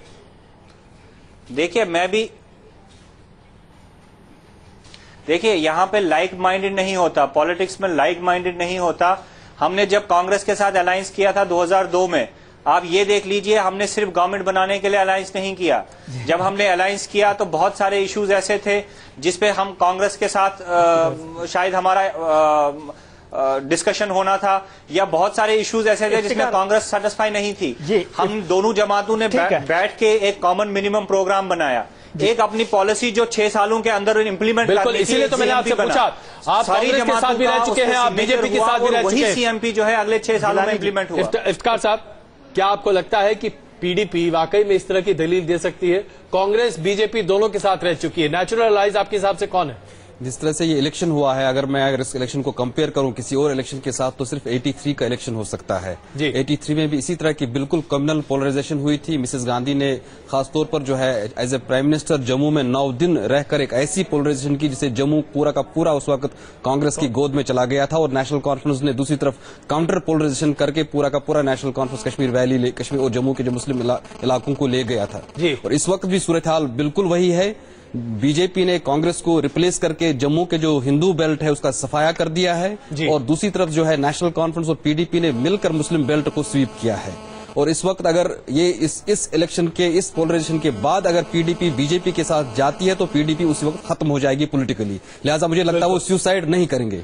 बिल्कुल बिल्कुल। सिंह साहब, आपकी क्या राय? करेंगे कि एक अच्छी अपोजिशन की भूमिका निभाए। बिल्कुल सही कह रहे हैं कि वो ज्यादा प्रेफर करेंगे कि एक अच्छे अपोजिशन की भूमिका निभाएं, और यही मुझे लग रहा है कि नंबर जैसे भी आए, जैसे ही प्लेसमेंट हो उसका। लेकिन एक बात, सिंह साहब महत्वपूर्ण बात है कि जम्मू कश्मीर में हमेशा राज्य में जो सरकार होती है वो चाहती है कि केंद्र में जो सरकार है उसके साथ रहे। हाँ, नहीं, अगर आप देखें वाजपेयी जी के वक्त में बीजेपी के साथ रही पीडीपी, और काफी इमदाद मिलता है जम्मू कश्मीर को, काफी इमदाद मिलता है। अभी केंद्र में बीजेपी की सरकार है, एक अंडरस्टैंडिंग थी वो। लेकिन यहाँ पर हम अन्य को भी पीछे नहीं छोड़ सकते हैं। 13 सीटें मैक्सिमम अन्य को मिल सकती हैं, और अगर यहाँ पर जिस तरह से मैक्सिमम सीटों को देखा जाए तो बीजेपी लगातार अन्य को दाना डालती जा रही है शुरुआत से लेकर। नहीं, नेचुरली बीजेपी इस समय तो एक टूथ एंड नेल जो फाइट होता है, किसी तरह सरकार पहली बार इतिहास में, कश्मीर की पैदाइश के इतिहास में, मतलब कि एक नए राज्य के रूप में पहली बार ये होगा कि बीजेपी वहां रूल करेगी, और इसका जो इंटरनेशनल मैसेज जाएगा वो बहुत ज्यादा महत्व होगा। इसलिए वो येन केन प्रकार चाहेगी कि वो सरकार बनाए, और अगर वो बना लेती है, बात सही है कि इंटरनेशनल मैसेज रहेगा, तो मुझे लगता है कि पीडीपी प्रेफर करेगी कि अपोजिशन में बैठे और एक कॉन्स्ट्रक्टिव भूमिका। बिल्कुल। आइए इसके साथ साथ अब जरा चर्चा को हम झारखंड की तरफ मोड़ते हुए दिखाई देते हैं। झारखंड में भी एग्जिट पोल के बाद आखिरकार क्या रुझान आते दिखाई दे रहे हैं, सरकार किसकी बनती दिखाई दे रही है? पिनाज, मुझे लगता है कि अब आप जरा हमारे वीडियो वॉल पर चले और बताएं। तो अब जम्मू कश्मीर की काफी देर तक बात हो गई, और अब मोदी का मैजिक झारखंड में चलेगा कि नहीं? लोकसभा में जो करिश्मा उन्होंने कर दिखाया था, क्या वो यहां पर रिपीट कर पाएंगे विधानसभा चुनावों में? नहीं। एग्जिट पोल क्या कुछ कह रहा है, जरा वो दिखाते हैं झारखंड का आपको। झारखंड विधानसभा चुनाव की अगर हम बात करें, सबसे पहले अगर हम वोट परसेंटेज की बात करें तो किसको कितने प्रतिशत वोट मिल रहे हैं? यहां कांग्रेस के खाते में 13% वोट जा रहे हैं, पिछली बार के मुकाबले 3% का नुकसान हो रहा है। 16% वोट पिछली बार मिले थे। बीजेपी खाते में सबसे ज्यादा 42% वोट, यानी मोदी का मैजिक बरकरार है झारखंड के संदर्भ में। 42% वोट जो है बीजेपी के खाते में जा रहे हैं, और पिछले विधानसभा चुनावों में सिर्फ 20% थे, यानी दोगुने से भी ज्यादा वोट परसेंटाइल पर कब्जा झारखंड में, अगर हमारा एग्जिट पोल सही माने तो होगा इस बार। जेएमएम की बात करें तो 19% वोट, जेवीएम के पास 11% और अदर्स के खाते में 16%। सबसे ज्यादा नुकसान अदर्स को यहां हो रहा है, 40% के आसपास थे वो वोट परसेंटाइल में पिछले विधानसभा चुनाव में। सीट में कन्वर्ट करें, इसको तो क्या कुछ निकलता है। बीजेपी सिंगल लार्जेस्ट पार्टी के तौर पर यहां पर मर्ज हो रही है। 41 से 45 सीटें, यानी कि लोकसभा का जो मैजिक था वो बरकरार रहा है और 41 से 45 सीटें यहां बीजेपी के खाते में आएंगी। कांग्रेस 6 से 10 सीटों पर सिमट जाएगी और अगर हम कहें सोरेन की पार्टी को तो 15 से 19 सीटें, और यहां मरांडी साहब को 3 से 7 सीटों के साथ संतोष करना पड़ेगा और अदर्स के खाते में 6 से 10 सीटें जाएंगी। अदर्स पिछली बार 20 सीटों के साथ कंफर्टेबल बैठे थे। बिल्कुल, तो ये सबसे बड़ी खबर जो अभी हम आपके सामने झारखंड के बारे में पेश कर रहे हैं। ऐसा लगता है कि नरेंद्र मोदी का जादू पूरे तरीके से झारखंड में चलता हुआ दिखाई देता है। दरअसल जो सबसे महत्वपूर्ण मुद्दा विजय, वहां पर जब भी हम झारखंड में गए यही बात सामने आई कि लोग चाहते हैं कि एक पार्टी की सरकार हो। तो विजय, इस बारे में आपकी राय है? ये बहुत महत्वपूर्ण भी है और थोड़ा सा अचरज वाला भी, क्योंकि अजय झारखंड बनने के साथ झारखंड में सबसे पहले मुख्यमंत्री भारतीय जनता पार्टी के बने और अभी तक के जितने समय में 14 साल में बहुत सरकारें वहां पर आई हैं। हाँ, लेकिन 70% का जो टाइम स्पैन है वो बीजेपी पार्टी के पास रहा, सबसे ज्यादा मुख्यमंत्री वहां रहे उसके बाद भी। लेकिन अब उनको लगता है कि स्टेबिलिटी, हमारे जो सर्वे है उसमें जब आगे जिक्र करेंगे तो उसमें सबसे बड़ा मुद्दा स्टेबिलिटी का था कि एक स्थायी सरकार जो है वहां पर बने और वहां के लोगों को लगता है कि भारतीय जनता पार्टी की सरकार, एक पार्टी की सरकार जो है वो स्थायी सरकार हो सकती है। मेरे ख्याल से सबसे बड़ा जो वजह है, सबसे बड़ी वजह जो है झारखंड में भारतीय जनता पार्टी की सरकार बनने की जो संभावनाएं दिख रही हैं हमारे सर्वे के हिसाब से, वो यही है कि वो उनको लगता है कि एक स्थायी सरकार वहां पे मिलेगी। सिंह साहब इस पे ज्यादा रोशनी डाल सकते हैं। देखिए, एक चीज है कि ये सिर्फ मोदी का जादू नहीं है। मोदी का जादू तो जो है वो तो है ही है। संघ ने वहां पे ट्राइबल एरिया में जबरदस्त वर्क किया था जी, और ये वर्क लगातार कर रहा है। आज एक ऐसा मकाम पे आए हैं जब ट्राइबल्स को अपने लीडर पे भरोसा कम हो गया है जी, क्योंकि वो हमेशा वो उसमें अधिकांश तो जेल में रहते हैं। तो आप ये समझ सकते हैं कि ट्राइबल लीडरशिप पे भरोसा हटा है, और खास करके शिबू सोरेन पे, जिनको कई बार देवता की संज्ञा दी जाती थी। ये कहा जाता था कि बाबा तो ऐसे है कि दिल्ली में भी दिखाई देते हैं और झारखंड में भी दिखाई देते हैं। खतरनाक नहीं लगता आपको कि सर झारखंड बनाए ट्राइबल स्टेट था? हाँ, ट्राइबल लीडरशिप वहां पे खत्म हो रही है। जी बिल्कुल खत्म हो गई और ट्राइबल का ट्रस्ट अपने लीडरशिप पे खत्म हो, ये पहली बार टर्निंग पॉइंट रहा है। और अब नतीजा ये है कि जो संघ ने वर्क किया है वहां पे वो फलीभूत रहे। पहली बार मुझे लग रहा है कि अगर बीजेपी सरकार में आती, जिसको मैं इत्तेफाक पूरी तरह आपके सर्वे से करता हूं कि लगभग पूरी तरह से अपनी बूते पे कांग्रेस वो बीजेपी सरकार बनाएगी, ऐसे में वहां पे नक्सलिज्म को लेके जो काफी कुछ है वो बीजेपी को पहली बार वो ताकत मिलेगी कि केंद्र में भी वही है, राज्य में भी वही है, और वहां पे नक्सलिज्म को काउंटर करने के लिए और संघ के बेस को और मजबूत करने के लिए गवर्नमेंट का एक काफी सहारा मिलेगा। बिल्कुल सतीश जी, इसमें अब महत्वपूर्ण सवाल ये कि बार बार झारखंड में दो बड़े मसले थे। एक तो कोई बड़ा नेता नहीं, कद्दावर नेता नहीं वहां पर, और दूसरा कि भ्रष्टाचार बहुत बड़े पैमाने पर वहां पर व्याप्त था। ऐसे में लोगों को लगा कि हेमंत सोरेन ने वहां ठीक ठाक काम किया है। अगर आप वहां लोगों से बात करें, स्थानीय लोगों से बात करें, तो लोगों को लगता था कि हाँ, ये नेता काम करना चाहता है। ये बात अलग है कि इसके पास वो मैंडेट नहीं है। क्या जो अभी स्थिति बनती दिख रही है, भारतीय जनता पार्टी पर आखिरकार लोग क्यों भरोसा करना चाहेंगे? देखिए, झारखंड एक ऐसा राज्य है जिसमें 9 मुख्यमंत्री रहे जी, और 3 बार राष्ट्रपति शासन लागू हुआ। ये एक इकलौता ऐसा राज्य है जिसने निर्दलीय ने भी सरकार बना ली थी। तो ऐसी राजनीतिक अस्थिरता वाले जो राज्य हैं उसकी सबसे बड़ी आकांक्षा ये है कि जो है स्थिरता आए, स्थायित्व आए, और इसीलिए जो है वो मोदी ने जो बार बार अपील की थी कि आधा अधूरा है मैंडेट मत दीजिए, और मुझे लगता है कि लोगों को ये बात समझ में आ गई है कि आधा अधूरा मैंडेट जो है झारखंड को पिछड़ेपन की ओर ले जाएगा। जबकि आज जो है झारखंड का सबसे बड़ा मुद्दा, मुझे लगता है कश्मीर का भी सबसे बड़ा मुद्दा है विकास, और विकास के लिए स्थिरता बहुत जरूरी है, और जनता ने इसी आधार पर वोट दिया है। और मुझे लगता है कि लोकसभा चुनाव के नतीजे दर्शाते हैं कि इस बार भी जो है बीजेपी को पूर्ण बहुमत जो है। शहजाद जी, कांग्रेस की स्थिति वहां पर जो हमारा एग्जिट पोल है उसके हिसाब से बहुत खराब होती दिखाई दे रही है साहब। कांग्रेस गठजोड़ के पास 6 से 10 सीटें आती दिखाई दे रही हैं। सुबोध कांत सहाय जैसे वरिष्ठ नेता आपके झारखंड में हैं, इसके बावजूद कांग्रेस अपना अस्तित्व भी झारखंड में न बचा पाए। अब इससे ज्यादा विकट स्थिति आपकी पार्टी के लिए और क्या हो सकता है?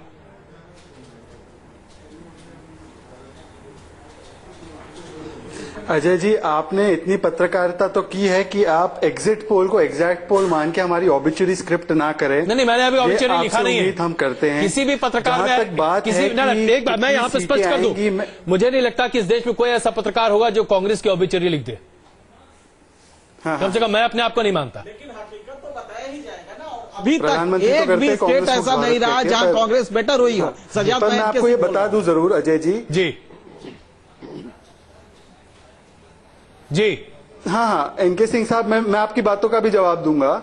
आपने एक बात ये भी कही कि संघ बढ़िया काम कर रही है ट्राइबल लोगों के लिए। छत्तीसगढ़ में क्यों नहीं करते ये लोग काम, मुझे समझ में नहीं आता। और वहां पे तो उनकी सरकार भी थी। 14 साल जो राजनीतिक अस्थिरता और पिछड़ापन रहा है झारखंड में, उसमें 10 साल तो बीजेपी का हाथ रहा है। बिल्कुल, और इसको आप नहीं भुला पाए, यही तो अफसोस की बात है। बीजेपी का 10 साल इसमें हाथ रहा है। तो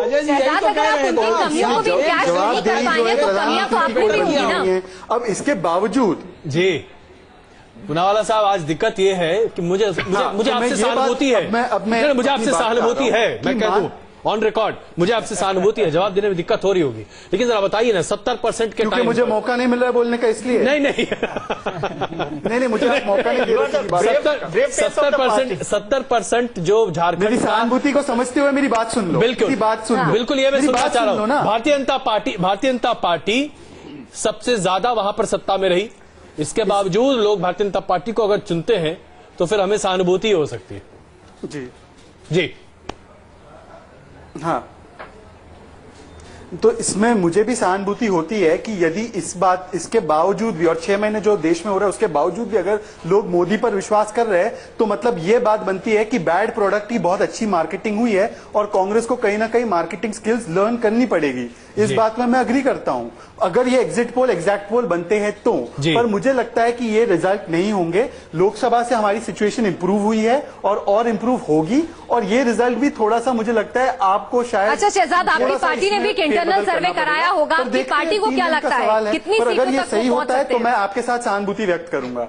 शहजाद को हर एग्जिट पोल के वक्त कहना पड़ता है कि चुनाव नतीजे हमारी पार्टी को लगता है कि अगली सरकार कांग्रेस के साथ ही बनेगी। भाई यहाँ से 6 से 10 से 41 पार करना मुश्किल होगा शहजाद। अगर इतना बड़ा अंतर आ जाएगा तो हमें अपने एग्जिट पोल को दोबारा देखना पड़ेगा। बात का जिक्र आपने जो किया था कि झारखंड में बीजेपी की सरकार की बात और जो विकास का काम किया आरएसएस ने, वनवासी परिषद ने, लेकिन महत्वपूर्ण बात यह है कि नक्सल का जो सबसे बड़ा मुद्दा था झारखंड में, वो छत्तीसगढ़ में भी है, और छत्तीसगढ़ में भारतीय जनता पार्टी की सरकार लगातार चल रही है और वहां पर उसे कामयाबी नहीं मिली है, पूरी तरह से तो कम नहीं मिली है। तो ऐसी सरकार से क्या हम उम्मीद कर सकते हैं, ऐसी पार्टी से, कि वो झारखंड में नक्सलवाद को खत्म कर सकेगी? नहीं, दो चीजें हैं कि एक तो आपको केंद्र का सपोर्ट काफी चाहिए। कभी भी नक्सलवाद ऐसे प्रॉब्लम को आपको काउंटर करना है तो सेंट्रल सपोर्ट की काफी जरूरत होती है, और कई लेवल पे होती है। जैसे कि आप उसको, जब आप उसको क्लियर करते हैं तो उसको होल्ड करना, ये होल्ड करने की जो पॉलिसी थी वहां पे फेल हो जाता है क्योंकि सेंटर पूरा सपोर्ट नहीं दे पाती है। तो मेरे ख्याल से इस समय बहुत अच्छा एक मौका है, और कांग्रेस बीजेपी शायद इसको बुलाना चाहेगी कि किसी तरह से नक्सलवाद को अगर थोड़ा सा कम कर सके, वो जो मैसेज जाएगा पूरे कंट्री वाइड, वो बड़ा पॉजिटिव जाएगा। इसलिए झारखंड में मुझे लगता है कि अगर बीजेपी की सरकार आती है तो पहला काम यही करेगी, और उससे सबसे बड़ी बात होगी कि जो कन्वर्जन वाला है ये सिलसिला चल रहा है, इसको भी वो कहीं ना कहीं काउंटर करके कर सकते हैं। ये एक स्ट्रेटेजिकली उनका एक प्लान। बिल्कुल, हम यहाँ पर रुक रहे हैं कुछ देर के लिए, हमें मजबूरन कुछ देर के लिए यहाँ पर रुकना पड़ रहा है, लेकिन अपने दर्शकों को हम एक बार फिर बता दें कि जो न्यूज नेशन के एग्जिट पोल के हिसाब से झारखंड में भारतीय जनता पार्टी की पूर्ण बहुमत की सरकार बनने के पूरे आसार आते दिखाई दे रहे हैं। 41 से 45 सीटें भारतीय जनता पार्टी गठबंधन के खाते में जाती दिखाई दे रही है। कांग्रेस गठजोड़ के खाते में 6 से 10 सीटें जाती दिखाई दे रही झारखंड में।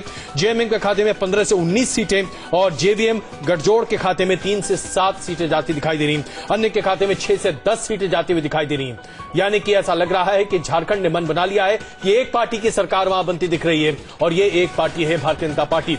मोदी मैजिक यहां बहुत बड़े पैमाने पर काम करता दिखाई दे रहा है। लेकिन क्या जम्मू कश्मीर में यही स्थिति रहेगी? बने रहिए हमारे साथ, वापस आते हैं कुछ और विश्लेषण जम्मू कश्मीर और झारखंड के एग्जिट पोल पर। बने रहिए हमारे साथ।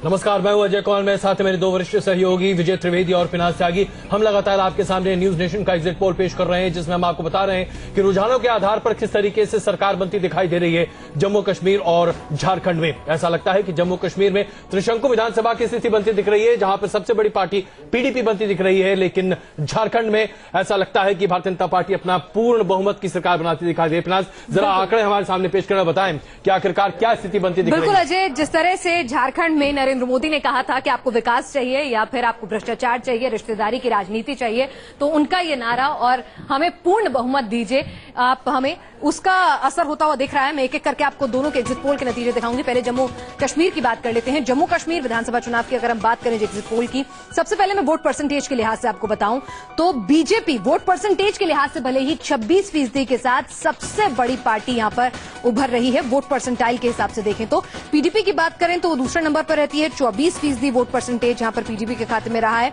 अदर्स के खाते में 14, कांग्रेस 18% और नेशनल कॉन्फ्रेंस 18%। पिछली बार ये 24% के करीब था, तो यहां पर नेशनल कॉन्फ्रेंस को सबसे ज्यादा नुकसान है, कांग्रेस को नुकसान है, अन्य को नुकसान है। गेनर्स यहां पे वोट परसेंटाइल के हिसाब से पीडीपी और बीजेपी है। बीजेपी लगभग 12 से यहां पर 26 पर आ रही है। अगर हम इस वोट परसेंटेज को सीट में कन्वर्ट करते हैं तो यहां बीजेपी अपने मिशन 44 जिसको रिवाइज करके उसने मिशन 50 किया, तो उससे कोसों दूर नजर आ रही है। 22 से 26 जो सीटें हैं यहां पर बीजेपी को मिलती हुई दिख रही हैं। कांग्रेस की बात करें तो उसमें नुकसान है यहां पर 5 से 9 सीटें। नेशनल कॉन्फ्रेंस सबसे बड़े लूजर के तौर पर 70 से बाहर होती हुई दिख रही है, उसे 12 से 16 सीटें यहां मिल रही हैं। और पीडीपी की अगर हम बात करें तो 29 से 33 सीटें यहां पीडीपी के खाते में जा सकती हैं। अन्य पर विश्वास हुआ है तो 9 से 13 सीटें यहां अन्य को मिल सकती हैं। पीडीपी सिंगल लार्जेस्ट पार्टी तो बन रही है, लेकिन उसके बावजूद भी अजय आपको बता दें कि यहां पर बहुमत के आंकड़े से सभी पार्टियां दूर हैं और कोसों दूर हैं, तो यानी कि जोड़तोड़ की राजनीति यहां जम्मू कश्मीर में रंग लाएगी। अब कौन किसका साथ निभाएगा उस पर हम चर्चा करेंगे, लेकिन इससे आगे हम अगर हम बात करें यहां जम्मू कश्मीर से निकलकर अगर हम अब झारखंड की ओर रुख करते हैं तो झारखंड में क्या कुछ कह रहा है हमारा एग्जिट पोल, ये बताते हैं। मोदी जी ने जो बात कही थी उसका असर यहां पर लोगों को होता हुआ दिख रहा है और लोकसभा के जो नतीजे थे उससे सीट प्रोजेक्शन लगभग वैसा ही आता हुआ दिख रहा है। कांग्रेस यहां पर 13% वोटों के साथ यहां पर खड़ी हुई नजर आ रही है। बीजेपी के खाते में 42%, पिछली बार ये 20% वोट परसेंटाइल था, तो दुगने से भी ज्यादा वोट प्रतिशत बीजेपी को मिला है। जेएमएम के खाते में 19%, जेवीएम के खाते में 11% वोट पड़े और अदर्स के खाते में 16। पिछली बार अदर्स 39% वोट अदर्स ने पाया था, तो वो 16 पर आकर यहां पर 16% पर सिमट गए हैं, तो यानी कि एकजुट करने में कम से कम वोटों को तो मोदी जी कामयाब रहे हैं। सीटों में ये किस तरह से कन्वर्ट हो रहा है आपको बता दें। बीजेपी को 41 से 45 यानी कि 41% अगर उनका वोट शेयर है तो 41 से 45 सीटें यहां बीजेपी निकाल लेने में कामयाब हो रही है, तो बहुमत के आंकड़े को आसानी से बीजेपी यहां छू रही है। झारखंड में कांग्रेस को 6 से 10 यहां पे लूजर है, 14 सीटों से कम 6 से 10 पर सिमट सकती है। जेएमएम की बात करें तो 15 से 19, 18 से यहां पर लगभग वहीं खड़े हैं। जेवीएम की बात करें तो 3 से 60 सीटें मिल सकती हैं और अदर्स के खाते में 6 से 10 सीटें जा सकती हैं, तो अदर्स को एक अच्छा खासा नुकसान है। और अजय अगर हम मुख्यमंत्री के तौर पर पसंद की बात करें तो वो भी हमारे दर्शकों को आप बताएं, क्योंकि उसके आंकड़े सीटों के आंकड़ों से कुछ अलग कहेंगे। बिल्कुल, आइए आपको हम दिखाएं कि किस तरीके से मुख्यमंत्री की पसंद। अगर हम जम्मू कश्मीर की बात करते हैं तो वहां पर मुख्यमंत्री के नाम पर हमने कुछ लोगों को सामने प्रस्तुत किया था जिनके नाम सामने रखे गए और जो आंकड़े सामने आते दिखाई दे रहे हैं वो अपने आप प्रदर्शित करेंगे। उमर अब्दुल्ला को लेकर 18% लोगों का मानना है कि वो मुख्यमंत्री बन जाए तो बेहतर रहेगा। महबूबा मुफ्ती को लेकर 60% लोगों का ऐसा मानना है और उसमें अगर आप मुफ्ती सईद 21% लेकर सबसे आगे आते दिखाई दे रहे हैं। कांग्रेस की तरफ से गुलाम नबी आजाद को अभी भी 16% लोगों का समर्थन हासिल है। जितेंद्र सिंह भारतीय जनता पार्टी के जो वरिष्ठ नेता हैं 11% लोग उनकी पसंद हैं और ऐसा लगता है कि अगर निर्मल सिंह 14% के साथ यहां पर आगे तो सबसे आगे मुफ्ती मोहम्मद सईद यहां पर आते दिखाई दे रहे हैं। आइए चर्चा शुरू करते हैं। एक वरिष्ठ पैनल इस वक्त हमारे साथ मौजूद है जिसका तारुफ मैं आपका करा दूं। हमारे साथ वरिष्ठ पत्रकार आलोक मेहता, वरिष्ठ पत्रकार कमरवत नकवी साहब, हमारे साथ सतीश पेंडिकर साहब वरिष्ठ पत्रकार मौजूद हैं। साथ साथ भारतीय जनता पार्टी से Vijay Sonkar Shastri ji, Shehzad Poonawalla founder youth for Congress forum से, फिरदौस तक हमारे साथ पीडीपी से और शहजाद शहीन एनसी से हमारे साथ मौजूद हैं। सबसे पहले आलोक जी, क्या आपको लगता है कि पीडीपी अपने दम पर सरकार बनाने का सपना जरूर सजोई थी, लेकिन जो एग्जिट पोल हमारा है इसके आधार पर यह लग रहा है कि अपने दम पर सरकार बना तो दूर, बिना तोड़फोड़ किए या फिर बिना सहयोग लिए सरकार बना पाना पीडीपी के लिए आसान नहीं होगा। और ऐसे में भारतीय जनता पार्टी का क्या, क्योंकि दोनों दरअसल इस बार अपने अपने हिसाब से पोजीशनिंग कर रहे थे। देखिए अजय जी, बिल्कुल आपका सर्वे काफी नजदीक दिखाई देता है जिस तरह का है, भविष्यवाणी न भी करें, लेकिन आजकल जिस तरह से आपने पहले भी सर्वे किए हैं और लेकिन पीडीपी के साथ एक सुविधा हो सकती है जो मुझे लगता है कि केंद्र के साथ वो नेशनल कॉन्फ्रेंस के साथ जा नहीं सकती है जी। अन्य में कुछ लोग उसके साथ आए, लेकिन वैसे आपके साथ विजय त्रिवेदी बैठे हैं, वो भी बड़ा मूवमेंट करते रहते हैं, घूमते हैं, लेकिन मेरी जो जानकारी है बीजेपी के नेताओं से बातचीत करके, शायद वो सार्वजनिक रूप से न भी बोलते हों, लेकिन बीजेपी पीडीपी के साथ समझौता करने के मूड में है वो चाहती है कि पीडीपी के साथ बनने से सत्ता के एक भागीदारी रहेगी और केंद्र में भी कश्मीर को जो दे सकते हैं वो देने में सुविधा होगी। तो ये एक चैनल ऐसा है जो बड़ा, अभी तो ऑफिशियली बीजेपी के लोग आपके अभी पहले भी जो बोल रहे थे वो नहीं मानते हैं, लेकिन यदि ऐसी स्थिति आती है तो ज्यादा स्थायित्व की दृष्टि से भी देखें तो पीडीपी और बीजेपी के आने का एक ये होगा बड़ा चमत्कारी। लेकिन पीडीपी को अपनी इमेज को नुकसान नहीं होगा, जिस तरह से घाटी में उसने अपने स्तर पर वोट को पोलराइज करने की कोशिश की, अगर जम्मू में बीजेपी ने की तो उसके लिए कहीं ये घातक तो नहीं होगा ये दोस्ती का हाथ? देखिए राजनीति में अभी देखिए हम लोग जब बात करते हैं तो तात्कालिक हित अभी 5 साल जिसके कहना चाहिए तो ना कहूं बीजेपी को होता है, मायावती के साथ समझौता करना हो कि किसी और के साथ करना हो, आप देखें उसके बाद जो आधार खत्म होगा, लेकिन एक बार पावर में आना और मुफ्ती वैसे ही सही है कि मुफ्ती दूसरे लोगों के साथ भी कर सकते हैं, दूसरे अन्य लोग हमारे साथ क्या कहें हाथ कंगन को आरसी का विजय सोनकर शास्त्री जी हमारे साथ हैं, भारतीय जनता पार्टी के वरिष्ठ नेता हैं। विजय जी, आप क्या कहते हैं, क्या पीडीपी के साथ जाना चाहेंगे आप? जैसा आलोक जी कह रहे हैं, आलोक जी बहुत वरिष्ठ पत्रकार हैं और उनका जो गणित है ना वो बिल्कुल ठीक बैठती है, तो आज ही बता दीजिए आप। नहीं, निस्संदेह आलोक जी तो एक बहुत वरिष्ठ पत्रकार हैं और उनकी बहुत सारी बातें जो जनमानस में खरी उतरती रहती हैं, लेकिन जहां तक भारतीय जनता पार्टी की बात है, हम तो मिशन 44 को लेकर के वहां चल रहे हैं जी। और खासतौर से जम्मू में हम लोगों का बहुत प्रभावशाली प्रदर्शन रहेगा जी। निसंदेह कश्मीर में थोड़ी कमजोर है, लेकिन वैसी नहीं है जैसी कि अभी आप लोग चर्चा के मध्य ला रहे हैं या एग्जिट पोल के माध्यम से। विजय, मैं क्षमा चाहूंगा आपसे, वक्त जरा कम है इसलिए थोड़ा जल्दी चलेंगे, लेकिन स्पष्टता से बताइए। चलिए मान लीजिए कि आप मिशन 44 मिल गया तो बहुत अच्छी बात है, 50 मिल गया तो और भी अच्छी बात है, उससे बेहतर और क्या हो सकता है। लेकिन अगर जो हमारा एग्जिट पोल है, अगर उसी आधार पर बात करें तो पीडीपी के साथ जुड़ने में क्या दिक्कत है? स्थायी सरकार बन जाएगी और पुराना तजर्बा आप लोग का रहा है साथ रहने का। देखिए, कश्मीर में जो कुछ भी होगा जम्मू और कश्मीर में वहां की जनता के हित के लिए होगा और वहां के स्टेट के हित में जो कुछ भी होगा वो होगा। चलिए, बड़ी अच्छी भाषा है आपकी। इस समय ऐसी भाषा का मतलब हम लोग पत्रकार लोग अब समझने लगे। नकवी साहब, क्या आपको नहीं लगता कि ये भाषा साफ इंडिकेशन है कि भाई मौका मिला तो सरकार बना लेंगे? बीजेपी तो देखिए तैयार बैठी है कि वो किसी भी हालत में सरकार बना ले, और बीजेपी को पीडीपी से भी हाथ मिलाने में कोई गुरेज नहीं होगा और नेशनल कॉन्फ्रेंस से भी हाथ मिलाने में कोई गुरेज नहीं होगा। सवाल यह है कि पीडीपी क्या उसके लिए तैयार होगी, नेशनल कॉन्फ्रेंस उसके लिए तैयार होगी, तो ये डिपेंड करता है कि टोटल आंकड़े क्या आते हैं। क्योंकि मुझे लगता है कि देखिए ये इलेक्शन में जिस तरह का पोलराइजेशन हुआ, हालांकि अभी ये बात है कि राजनीति जो है हमारी यहाँ की राजनीति तमाम विचित्र संभावनाओं की राजनीति, लेकिन फिर भी क्या पीडीपी इतना महंगा सौदा करने को तैयार होगी? तो मुझे लगता है कि अगर पीडीपी सरकार बनाने की स्थिति में आई तो उसकी पहली चॉइस बीजेपी तो नहीं होगी, पहली चॉइस कोई और हो सकती है, कांग्रेस हो सकती है, कुछ अन्य हो सकते हैं। अगर उसके बाद भी सरकार बनने की स्थिति नहीं हुई तब वो शायद फिर दूसरी संभावना। लेकिन नकवी साहब, क्या आपको लगता है कि बीजेपी ये बड़ा खतरा मोल ले सकती है यहाँ पर जम्मू कश्मीर में कि जब वहां पर पीडीपी सबसे बड़ी पार्टी के तौर पर निकल कर आए, उसके बाद भी वो बीजेपी और एनसी के साथ और अदर्स के साथ मिलकर सरकार बना ले? ये खतरा मोल लेना चाहेगी भारतीय जनता पार्टी? नहीं, भारतीय जनता पार्टी जो है वो अगर पीडीपी के साथ सरकार बनाने के लिए उसको मिलता है अवसर तो वो क्यों नहीं बनाना चाहे? पीडीपी का आपने मना किया, लेकिन मैं पूछ रहा हूँ कि क्या बीजेपी एनसी के साथ और अदर्स के साथ मिलकर सरकार बनाएगी यदि पीडीपी नंबर 1 पार्टी होती है तब भी? नहीं, तब तो मुझे लगता नहीं कि वो गणित उनके फेवर में बैठेगा कि ये एनसी और खासतौर से जो अभी आपका एग्जिट पोल है और मुझे लगता है वो काफी जो है चुनावी नतीजों के काफी करीब है, तो इसलिए वो आंकड़ा सपोर्ट नहीं करता है कि बीजेपी एनसीपी प्लस अदर्स का कोई। लेकिन महबूबा जी ने मुलाकात की थी मोदी जी से। महबूबा जी ने चुनावों से पहले मोदी साहब से मुलाकात की थी। इसमें दो तरह की बातें निकल कर आ रही हैं विजय। इसमें यह भी माना जा रहा है कि पीडीपी में यह भी अंदेशा है कि कहीं ऐसा न हो कि सरकार बनने से पहले ही पार्टी टूटती हुई दिखाई दे। इसको लेकर भी कश्मीर में बड़ी सक्रियता दिखाई दे रही है। फिरदौस साहब और साथ साथ शहजाद पूनावाला साहब, आप दोनों से ये सवाल है, लेकिन पहले मैं चाहूंगा शहजाद पूनावाला साहब आप इसका जवाब दें। अगर ऐसी सूरत आती है कि पीडीपी आपके पास पहुंचती है और मान लीजिए कि यही मैं फिर कह रहा हूं, मान लीजिए कि हमारा एग्जिट पोल ही वास्तविकता है, मान लीजिए काल्पनिक स्थिति, ऐसे में जो दिल्ली में आपने एक बार किया था दिल्ली वाला तजर्बा, केजरीवाल जी को बिना किसी शर्त के, बिना मांगे समर्थन दे दिया। पीडीपी को दे देंगे भाई, भारतीय जनता पार्टी को रोकना आपकी प्राथमिकता? दिल भी बड़ा है पार्टी का। भारतीय जनता पार्टी के बारे में सवाल नहीं है, बात है कि राष्ट्र और प्रदेश के हित में क्या है। और केजरीवाल जी के साथ जो हम लोगों ने किया एक्सपोज करने के लिए, उसको छोड़ दीजिए, पीडीपी के साथ पहले भी काम कर चुके हैं।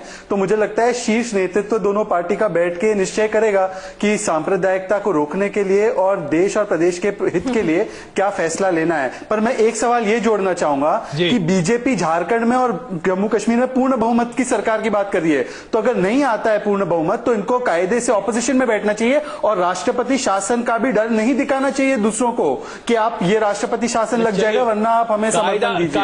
ये कमिटमेंट देंगे विजय शंकर शास्त्री कि राष्ट्रपति शासन का डर लगवा के पीडीपी से सपोर्ट नहीं देंगे। साहब, कायदा कानून राजनीति में कहां होता है? ना आप करते हैं ना कोई और करता है। खैर चलिए, आर्टिकल 370 पे दोनों बहुत ही ज्यादा। एक मिनट फिरदौस साहब, एक मिनट प्लीज। फिरदौस साहब, अब ये बताइए कि आपके लिए नेचुरल चॉइस क्या है? हमने आपसे पहले भी पूछा था, कांग्रेस आपके लिए ज्यादा बेहतर सहयोगी के तौर पर है या भारतीय जनता पार्टी? भाई, भारतीय जनता पार्टी के साथ अगर आप साथ लेते हैं तो केंद्र से बहुत सहायता मिलेगी।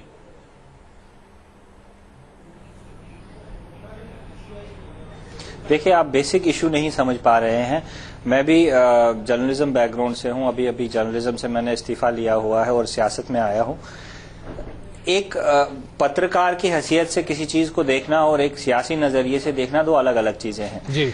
जहां तक पीडीपी का सवाल है, पीडीपी में एक बार बार आपसे ये बात कह रहा हूं और मैं इस चीज को फिर दोहरा रहा हूं, पीडीपी का बेसिक एम यहां पे गवर्नमेंट बनाना नहीं है। हम लोग कांग्रेस की तरह नहीं है कि किसी भी सूरत में जो है हमने गवर्नमेंट में रहना है। हम लोग नेशनल कॉन्फ्रेंस की तरह भी नहीं है कि बीजेपी हो या कांग्रेस हो या चाहे जो मर्जी हो, हमें कुर्सी चाहिए। हम साफ तौर पर इस बात को बार बार दोहराते हैं कि पीडीपी एक विजन लेके लोगों के सामने आई है और हमने लोगों से स्पष्ट बहुमत जो है मांगा है। तो विजन के हमने एब्सोल्यूट मेजॉरिटी लोगों से मांगी है। हम इस बात को लेकर अभी भी मानते हैं। देखिए, आपका एग्जिट पोल हमें 33 सीट्स दे रहे हैं। फिरदौस साहब, विजन को पूरा करने के लिए तो सरकार बनाना जरूरी है। और चैनल जो है वो साथ में हमें 38 और 41 सीट्स दे रही हैं। आपका अखबार जो है, मैं ये कह रहा हूं, हम लोग सिर्फ सरकार बनाने के लिए किसी भी पार्टी से समर्थन नहीं करेंगे। सिर्फ सरकार बनाने के लिए आप विकास और विजन के लिए सरकार बनाएंगे। प्लान बी तो तैयार रखा होगा आपने। हमारा जब भी अगर किसी भी पार्टी के साथ, देखिए, प्लान बी की बात नहीं है।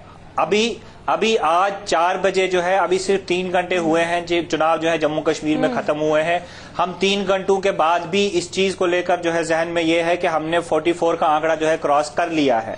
लेकिन जहां तक आपकी बात, आप जो बात मुझसे कहलवाना चाहते हैं कि अगर हम किसी के साथ जाते हैं तो कहां जाएंगे, तो मैं ये बात स्पष्ट तौर पर आपसे कहता हूं कि अगर हम किसी के साथ जाते हैं या किसी से समर्थन मांगते हैं, अगर वो जमात के सिर्फ गवर्नमेंट बनाने के लिए नहीं होगा, वो लोगों के हित की बात होगी। वो जो प्रोग्राम एंड पॉलिसी और जो हमारा विजन डॉक्यूमेंट है उस पर पहले एग्रीमेंट होगा, जिस जमात के साथ भी होगा उसके बाद हम जाएंगे। चलिए, आप जब जाएंगे तब जाएंगे, लेकिन इस बीच हम जनता के बीच गए और हमने जनता से पूछा कि अगर पूर्ण बहुमत किसी को नहीं मिलता है तो फिर कौन सा वो गठबंधन होगा जिसे वो सरकार बनाते हुए देखना चाहेंगे, दोस्ती का हाथ मिलाते हुए देखना चाहेंगे। बहुमत नहीं मिलने पर कौन से दो दल मिलकर सरकार बनाए, इस सवाल के जवाब में पहली पसंद बनकर उभरे बीजेपी और पीडीपी 27% के साथ। हालांकि पीडीपी और कांग्रेस भी सिर्फ 2% कम है, 25%। तो सज्जाद साहब, क्या आप, माफ कीजिएगा फिरोज साहब, क्या आप जनता का जो मन है उसी को सुनेंगे? हालांकि मन में बहुत अंतर नहीं है, सिर्फ 2% का अंतर है।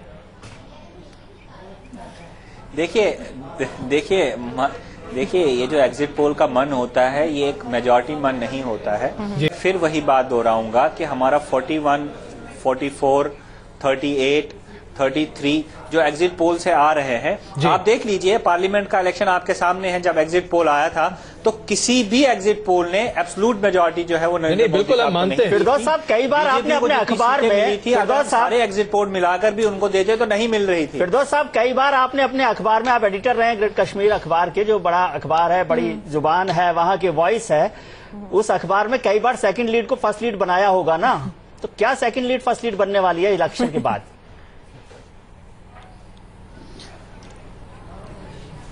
नहीं, इलेक्शन के बाद देखिए, इलेक्शन के बाद इलेक्शन खत्म हुआ है, मैं आपको फर्स्ट लीड ये बता देता हूं that PDP is going to form चलिए government in Jammu and Kashmir. आप हमें यकीन है, नहीं देखिए आप जिस बिल्कुल आप जिस लाइन पर है बिल्कुल उसी पर टिके रहिए, कम से कम 23 तारीख तक तो हमारे ना बिल्कुल सही है।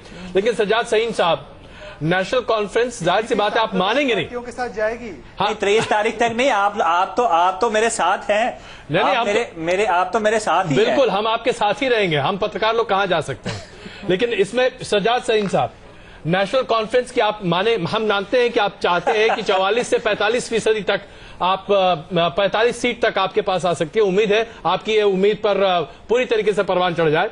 लेकिन जो स्थिति बनती दिख रही है, क्या ऐसा संभव है कि पीडीपी सरकार बनाने की स्थिति में न हो पाए, कहीं से समर्थन मिलता ना दिखाई दे, कांग्रेस भी समर्थन न दे और भारतीय जनता पार्टी भी न दे? ऐसी सूरत में आप क्या करेंगे? क्या आप भारतीय जनता पार्टी से हाथ मिलाने को तैयार हो सकते हैं? क्या सरकार और आम आदमी की भलाई के लिए, देखिए सरकारें जो बनती है आम आदमी की भलाई के लिए बनती है, तो आम आदमी की भलाई को देखते हुए नेशनल कॉन्फ्रेंस क्या भारतीय जनता पार्टी के साथ सरकार बनाने को विचार कर सकती है?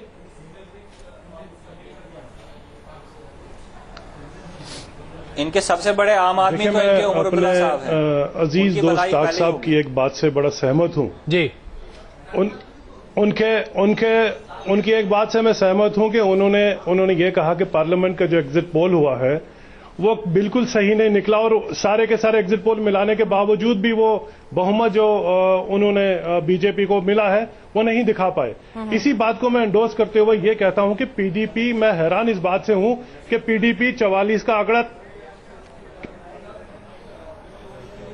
ऐसा लग रहा है कि सज्जाद शाहीन साहब इस वक्त हमारे साथ नहीं जुड़ पा रहे हैं। चलिए इसी सवाल को मैं विजय जी के पास ले चलता हूं। विजय जी अनंतनाग से हार रहे हैं और श्रीनगर से इनको एक सज्जाद साहब, लेकिन नतीजे इतना बड़ा उलटफेर भी नहीं आता है। मिल नहीं रही, सिवाय चलिए हम लार्जेस्ट पार्टी को बहुमत मिला था, ऐसा नहीं था कि जो पीछे चल रही थी उसको बहुमत मिल गया नहीं आता। लेकिन ये नेशनल कॉन्फ्रेंस का एक अपना एग्जिट पोल है, इस बारे में भी आप ध्यान रखिए। जितना आपने बताया इनकी बात नहीं मिलेगी, लेकिन एब्सोल्यूट मेजॉरिटी बीजेपी को मिली सतीश जी, वो आपने देख लिया। सतीश जी, यहाँ बुनियादी सवाल हम सतीश जी, मैं क्षमा चाहूंगा सज्जाद साहब, आप देखेंगे सज्जाद साहब क्षमा चाहूंगा मैं आपसे। सतीश जी, हम यहाँ पर हम आपसे ये समझना चाहेंगे सतीश जी, यहाँ पर जिस तरीके की राजनीति अभी जम्मू कश्मीर में होती दिखाई दे रही है, इसमें कोई शक नहीं है कि आज भारतीय जनता पार्टी सब कुछ करना चाहेगी। भारतीय जनता पार्टी के सामने विकल्प क्या क्या बनते दिखाई दे रहे हैं 1, 2, 3 के आधार पर अगर आप कहें?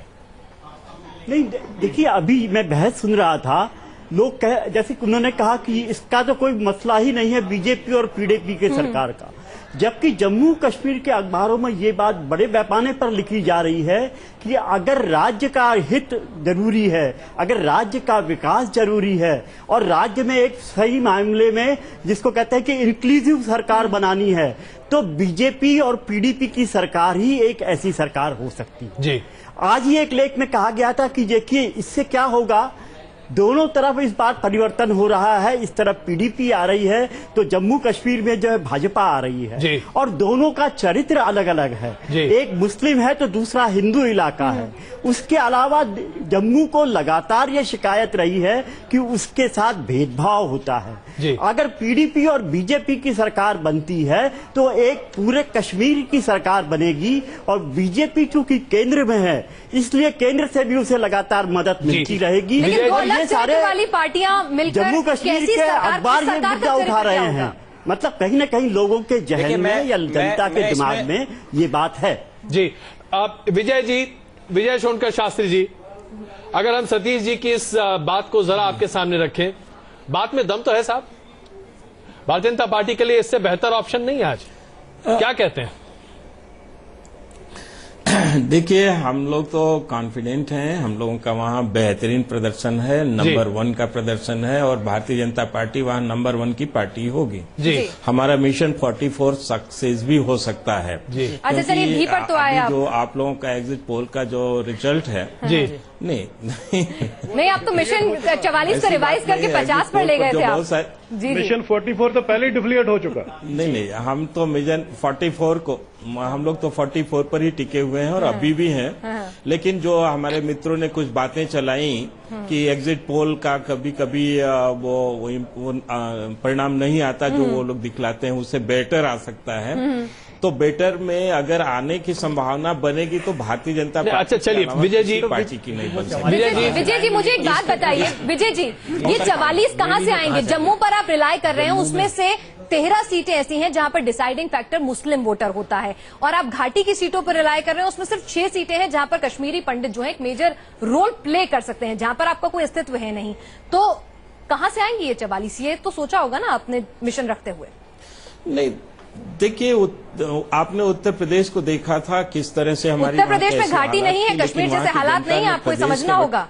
आप हरियाणा का हवाला नहीं दे सकते हैं, वहाँ हालात अलग थे। घाटी से नहीं, उत्तर प्रदेश में उसमें से भी बदतर स्थिति थी। यहाँ जाति पाति में बटा हुआ था समाज। यहाँ पर दो विजय जी हमें ब्रेक पर जाना है, लेकिन एक छोटी सी बात बता दीजिए, आपकी बात पंडितों ने भी साथ नहीं दिया। पंडित बहुत कम पैमाने पर वोट डालने आए हैं, ऐसी स्थिति में बीजेपी नहीं जीत सकती है। आपने और हम लोग अमित शाह जी ने, अध्यक्ष जी ने आपका मिशन 44 बनाया है, तो उसके बाद तय क्या होगा कि आप मुख्यमंत्री कौन होगा आपका? वहाँ के मुसलमान भी भारतीय जनता पार्टी को सपोर्ट करेंगे। मुझे पूरा हृदय परिवर्तन धीरे धीरे होता है, इतना नहीं हो सकता कि आप 41 में से जाति और संप्रदाय के आधार पर नहीं, विकास के आधार पर हो रहा है। अच्छा विजय जी, और विकास के आधार पर होने वाले चुनाव की एक विजय जी, इससे पहले कि हम कुछ देर के लिए रुके, देखिए आप बड़ी साफ साफ बात करते हैं और उम्मीद करता हूं कि आप इस बार भी सफाई से इसका जवाब देंगे। सिर्फ इतना बता दीजिए, अगर गठजोड़ करने की परिस्थिति हुई तो सबसे पहली चॉइस आपकी कौन है, नेशनल कॉन्फ्रेंस या पीडीपी? भाई भरोसा किस पे कीजिएगा आप ज्यादा? या सज्जाद लोन? या सज्जाद लोन? नहीं, देखिए अभी तो हम लोग, हमारी पार्टी के लोगों ने इस प्रकार की कोई विचार ही नहीं बनाया है, लेकिन ये इस पक्ष में हम जरूर हैं। जनता के हित में सहयोग ले लीजिएगा ना, इसके विकास के लिए, जनता के हित के लिए जी अगर कोई आवश्यक कदम उठाना पड़ेगा तो भारतीय जनता बिल्कुल, बहुत महत्वपूर्ण मुद्दा आपने उठा दिया। जनता के हित में अगर सरकार बनाने का मौका मिला तो भारतीय जनता पार्टी पीडीपी या एनसी के साथ गठजोड़ कर सकती है। इससे बड़ी बात और क्या हो सकती है आज टेलीविजन पर, आज के दिन और कोई क्या कह सकता है। हम यहाँ पर रुकेंगे कुछ देर के लिए, लेकिन अपने दर्शकों को हम एक बार फिर बता दें, ऐसा लगता है कि जम्मू कश्मीर में त्रिशंकु विधानसभा के आसार ज्यादा बनते हुए दिखाई दे रहे हैं। सबसे बड़ी पार्टी के तौर पर पीडीपी उभरती दिख रही है, जो कि 29 से 33 सीटें पा सकती है। भारतीय जनता पार्टी दूसरे नंबर पर आती दिखाई दे रही है, 22 से 26 सीटें आती हुई दिखाई दे रही भारतीय जनता पार्टी को। कांग्रेस और एनसी दोनों मिलाकर भी सरकार बनाने की स्थिति में नहीं है। तो ऐसे में त्रिशंकु विधानसभा के आसार के बीच कैसे गठजोड़ बनेंगे, इस पर लगातार हम चर्चा करते रहे, लेकिन वापस आने के बाद जरा झारखंड पर नजर बनाएंगे और हमारे साथ विजय सिंह साहब मौजूद हैं जेएमएम से, उनसे भी बातचीत करेंगे। आप सब हमारे साथ बने रहिए।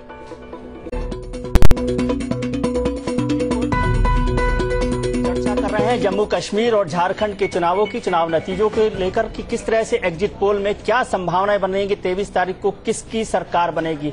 झारखंड में लग रहा है कि भारतीय जनता पार्टी एक भारी बहुमत के साथ आ सकती है, एक स्पष्ट बहुमत के साथ वहां सरकार बना सकती है, लेकिन जम्मू कश्मीर में त्रिशंकु सरकार होगी। झारखंड की यदि स्थिति देखें तो वहां पर कांग्रेस को वोट के हिसाब से देखें तो 13% वोट मिल रहे हैं, बीजेपी को सबसे ज्यादा 42% वोट मिल रहे हैं, जेएमएम को 19%, जेवीएम को, झारखंड विकास मोर्चा जो पार्टी है मरांडी साहब की, उनको 11% और अदर्स को 16% वोट मिल रहे हैं। यदि इन वोट प्रतिशत को हम सीटों में बदलें तो तस्वीर इस तरह से बनती है कि भारतीय जनता पार्टी को वहां पर स्पष्ट बहुमत मिलता दिखाई दे रहा है, वहां पर स्पष्ट बहुमत मिल सकता है। 41 से 45 सीटों की संभावनाएं एग्जिट पोल में दिखाई दे रही है। भारतीय जनता पार्टी वहां पर नंबर 1 पार्टी बन सकती है, कांग्रेस को 6 से 10 सीटें, झारखंड मुक्ति मोर्चा को 15 से 19 सीटें, जेवीएम को 3 से 7 सीटें और अदर्स को 6 से 10 सीटें मिल सकती है। यानी कि वहां पर सबसे बड़ी पार्टी भारतीय जनता पार्टी होगी, जिसे स्पष्ट बहुमत मिलेगा और वो सरकार बना सकती है। यदि हमने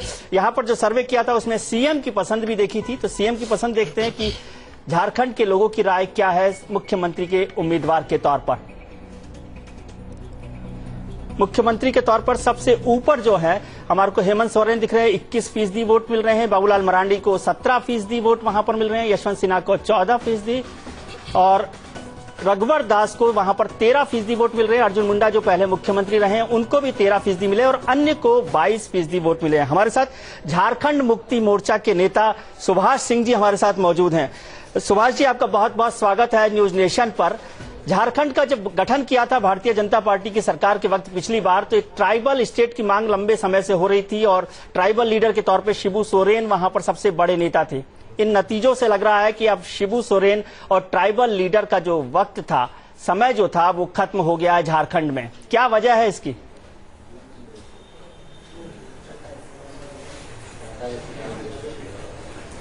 देखिए, हम बता दें आपको कि जब आदर्श आचार संहिता झारखंड में लागू हुआ जी, तो आप ही का एक प्रतिष्ठित चैनल जो है वो झारखंड मुक्ति मोर्चा को 6 से 7 सीट बताए थे जी। लेकिन आज जो है जी, आस्ते आस्ते आप ही लोगों के द्वारा 15 से 19 पर आए हैं। तो आज 20 तारीख है ना, 23 तारीख को देख लीजिएगा कि क्या होगा। अच्छा, ये बताइए कि 45 दिन में आप 6 से 15 तक आए, तो 3 दिन में 15 से 45 मैंने 3 गुना इजाफा, कुछ ज्यादा नहीं है? जी नहीं, ये आपका आंकड़ा बता रहे हैं। आप बार बार हम बताया ना कि प्रतिष्ठित चैनल थे, वो 6 से 7 दिखा। अभी आप दिखा रहे हैं 19 से नहीं, आंकड़े आप दिखा रहे हैं। मेरा तो स्पष्ट कहना है कि आप हम ये मान रहे हैं कि हमारे एग्जिट पोल के हिसाब से आपको स्पष्ट बहुमत मिलता नहीं दिखाई दे रहा। यहाँ पर भारतीय जनता पार्टी को स्पष्ट बहुमत मिलता दिखाई दे रहा है। ये भी बात मैं साथ साथ कह रहा हूं, आपने शायद उस चर्चा में, आप उस समय हमारे साथ नहीं थे, लेकिन झारखंड जाने के बाद जो एक बात निकल कर आई कि हेमंत सोरेन ने अच्छा काम किया, लेकिन शायद ज्यादा वक्त काम करते तो लोग ज्यादा पसंद करते। तो क्या ऐसा रहा कि आप 1.25 साल से करीब 1.25 साल के आसपास आपके पास वक्त रहा, आप कन्वर्ट नहीं कर पाए लोगों को, आप लोगों को ये विश्वास नहीं दिला पाए कि एक यंग डायनेमिक लीडर झारखंड को आपकी पार्टी ने दिया है?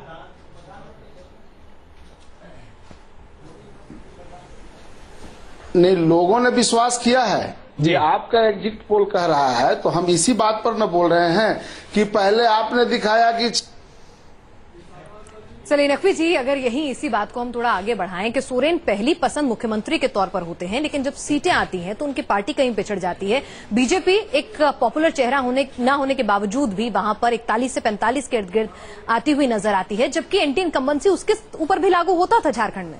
क्यों हुआ ये? देखिए, पिछले 14 साल में झारखंड में जिस तरह से सरकारें आती रही जाती रही, मुख्यमंत्री बदलते रहे, गठबंधन की सरकारें हुई, भ्रष्टाचार की बड़ी लंबी चौड़ी कहानियां आती रही, बड़े बड़े घोटाले हुए, तो इन सारी चीजों के बाद अभी इस बार लोगों को लगता है कि नहीं, कम से कम एक बार अगर एक पार्टी की सरकार बनती है और खासतौर से उसके पीछे मोदी मैजिक है, इसमें कोई दो राय नहीं, तो लोगों को एक नया, एक प्रकार से एक उम्मीद जगी है नई, कि नहीं, इस बार शायद केंद्र के साथ साथ अगर हम तालमेल रखेंगे और यहाँ पे भी उसी पार्टी की सरकार बनेगी, तो शायद जो 14 साल का हमारा डेफिसिट है, जो घाटा है, वो शायद हम अगले 5 साल में शायद पूरा कर सके। तो मुझे लगता है कि ये उम्मीद जो है झारखंड की जनता के दिमाग में ड्राइविंग फोर्स रही। जी आलोक जी, अब सबसे एक महत्वपूर्ण सवाल यहाँ पर, झारखंड और उत्तराखंड और छत्तीसगढ़ एक साथ राज्य बने, लेकिन झारखंड की स्थिति आज हम में से किसी से छिपी नहीं है। ऐसी सूरत में भारतीय जनता पार्टी क्या झारखंड के स्वरूप को बदल सकती है? क्या एक स्पष्ट बहुमत वाली सरकार वाकई में झारखंड में वो तब्दीली ला सकती है जो झारखंड वाकई में चाहता था? और उससे भी दूसरी बड़ी बात, भारतीय जनता पार्टी में अगर देखा जाए तो स्थानीय नेतृत्व का बहुत बड़ा अभाव रहा है। कोई ना कोई ऐसा व्यक्ति जरूर भारतीय जनता पार्टी में आज आगे बढ़ता हुआ दिखाई देगा जो दरअसल आदिवासी नहीं है। ऐसे में भारतीय जनता पार्टी की लोकप्रियता क्यों होनी चाहिए? देखिए अजय जी, आप यदि उसको नजदीक से देखते हैं तो ऐसा नहीं, अर्जुन मुंडा आदिवासी नेता के रूप में थे, पार्टी के जो अंदरूनी झगड़े हैं उससे अर्जुन मुंडा को किनारे किया, तब भी गड़बड़ियां हुई, इसमें कोई शक नहीं है जी। और हम लोग यहाँ नाम नहीं लेना चाहते, जैसे शंकर शास्त्री जी जानते हैं, कई लोग, इवन जैसे आपने लिस्ट में यशवंत सिन्हा जी का नाम रखा, बहुत अच्छे वो केंद्र में मंत्री चाहे रहे हों, लेकिन उन पर भी कई ऐसी छाया रही और उनको लेकर के भी उतनी सहमतियां वहां नहीं बन सकती। और हम लोग वैसे मुख्यमंत्री के लिए आप सर्वे करें कि साहब उसके बाद किया जाए, लेकिन मेरा ऐसा मानना है कि आदिवासी नेतृत्व दे करके ही झारखंड में शायद ज्यादा अच्छा विकास हो सकेगा। और वो चाहे जेएमएम की तरफ से, जेएमएम के साथ तो बीजेपी का कोई समझौता नहीं हो सकता है, न जेएमएम की ऐसी स्थिति है, उनके नेता जरूर दावा कर रहे हैं, उसके पीछे भी है कि उनके यहाँ भी बड़े झगड़े हुए, हेमंत सोरेन को भी जितना मौका मिला है उनके ऊपर दूसरी छाया, पिता की छाया, दूसरे लोगों की छाया, और कुछ और मंत्रियों के उसकी वजह से उनके काम पर वो जितना इम्पैक्ट बना सकते हैं वो नहीं बना पाए। इसलिए भारतीय जनता पार्टी को जो आप कह रहे हैं अपेक्षा तब पूरी होगी, वैसे माफ करें अजय जी। और असली बात यह है कि इस बार भी टिकट देने में साम दाम दंड भेद, उसमें कई ऐसे जो लोग हो सकते हैं जिनके पृष्ठभूमि बहुत गड़बड़ रही है, ऐसे लोग भी चूंकि जीतने वाले हैं इसलिए उनको टिकट दिए गए हैं और मोदी जी के नाम पर वो जीत के आ जाएंगे तो शायद मंत्री भी बन जाए। विजय सोनकर जी हमारे साथ हैं। विजय जी, अभी अजय कह रहे थे कि हेमंत सोरेन जो है डेवलपमेंट के बाद भी वहां अपना वोट को कन्वर्ट नहीं कर पाए, लेकिन क्या भारतीय जनता पार्टी को कन्वर्जन का कोई फायदा हुआ है?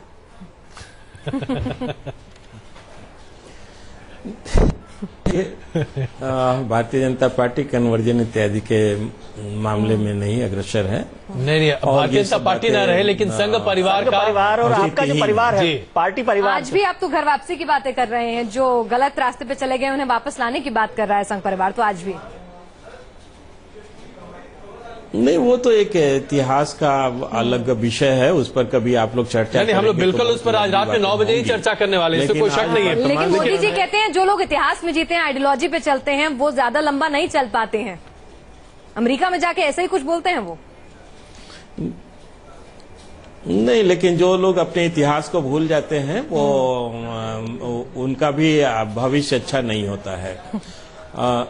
लेकिन जहां तक भारतीय जनता पार्टी की बात है, अभी झारखंड में जो आप लोगों ने स्वरूप दिखाया है वहां पर यह तो जरूर काबिले गौर है कि वहां एक बहुत बड़ा ऐसा भूभाग है जो आज भी विकास और खासतौर से सामाजिक रूप से भी देखा जाए तो मुख्य धारा से बहुत अलग थलग है।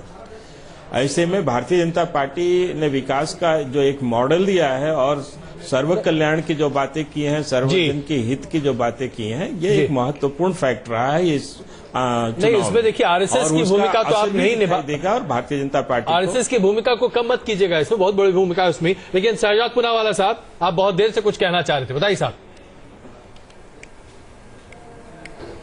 जी, मैं ये कहना चाह रहा था, जो विजय जी ने बात कही कि ये देखिए भारतीय जनता पार्टी की सबसे ज्यादा सरकारें हैं जहां पे ट्राइबल पॉपुलेशन है, चाहे गुजरात, राजस्थान, छत्तीसगढ़, मध्य प्रदेश। इन्होंने ट्राइबल लोगों के लिए आज तक क्या किया है? ना इन्होंने कोई बिल लाए, ना इन्होंने मंत्रालय को सशक्त किया।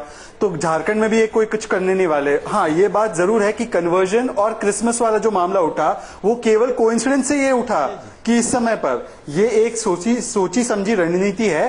प्रधानमंत्री विकास की बात करते हैं, ये लोग विभाजन का काम करते हैं, दोनों मुखौटा एक पहन के ये चलते रहते हैं। ये पहले भी इन्होंने किया है।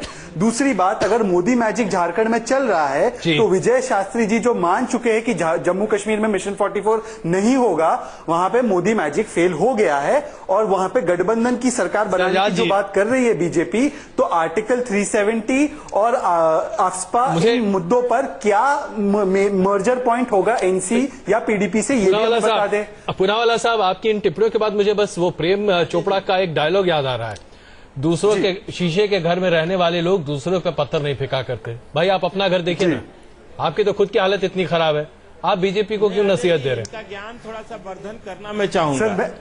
मैं अपना घर आपके नजरिए से देख रहा हूं, अगर मैं अपने नजरिए से देखूं तो मेरा घर बहुत ही अच्छी इमारत पे बन रहा है, विजय जी, आप दिखा रहे हो छोटा घर है। विजय जी, नहीं, मैं थोड़ा पूनावाला का ज्ञान बढ़ाना चाहता हूं। ये भारतीय जनता पार्टी के बारे में जानकारी करना चाहते हैं कि भारतीय जनता पार्टी ने ट्राइबल समाज के लिए क्या किया। शायद ये भूल गए कि ट्राइबल मिनिस्ट्री का जो गठन हुआ था भारतीय जनता पार्टी के ही पीरियड में हुआ था, और जो आज छोटे छोटे स्टेट बने हैं, खासतौर से छत्तीसगढ़ और झारखंड, ये भारतीय जनता पार्टी के ही पीरियड में हुए हैं। इतना ही नहीं, अनुसूचित जाति जनजाति जो आयोग था, उस आयोग को वहां पर भी अनुसूचित जाति का अलग, लेकिन आज बिल्कुल वोटिंग पूरी हो गई, अब क्यों अपनी तारीफों में कसीदे पड़े जा रहे हैं? उनकी स्थिति क्या है? घर वापसी करा रहे हो आप? कसीदे नहीं है, ये वो ज्ञान वर्धन की बात है। अच्छा चलिए, ज्ञान वर्धन हमारे दर्शकों का भी हो गया और उनका भी हो गया। सतीश जी, क्या झारखंड में संघ परिवार के तमाम संगठनों की भूमिका को हम किसी भी तरीके से कम आ सकते हैं? विनोद शास्त्री जी को उनका कितना धन्यवाद देना चाहिए?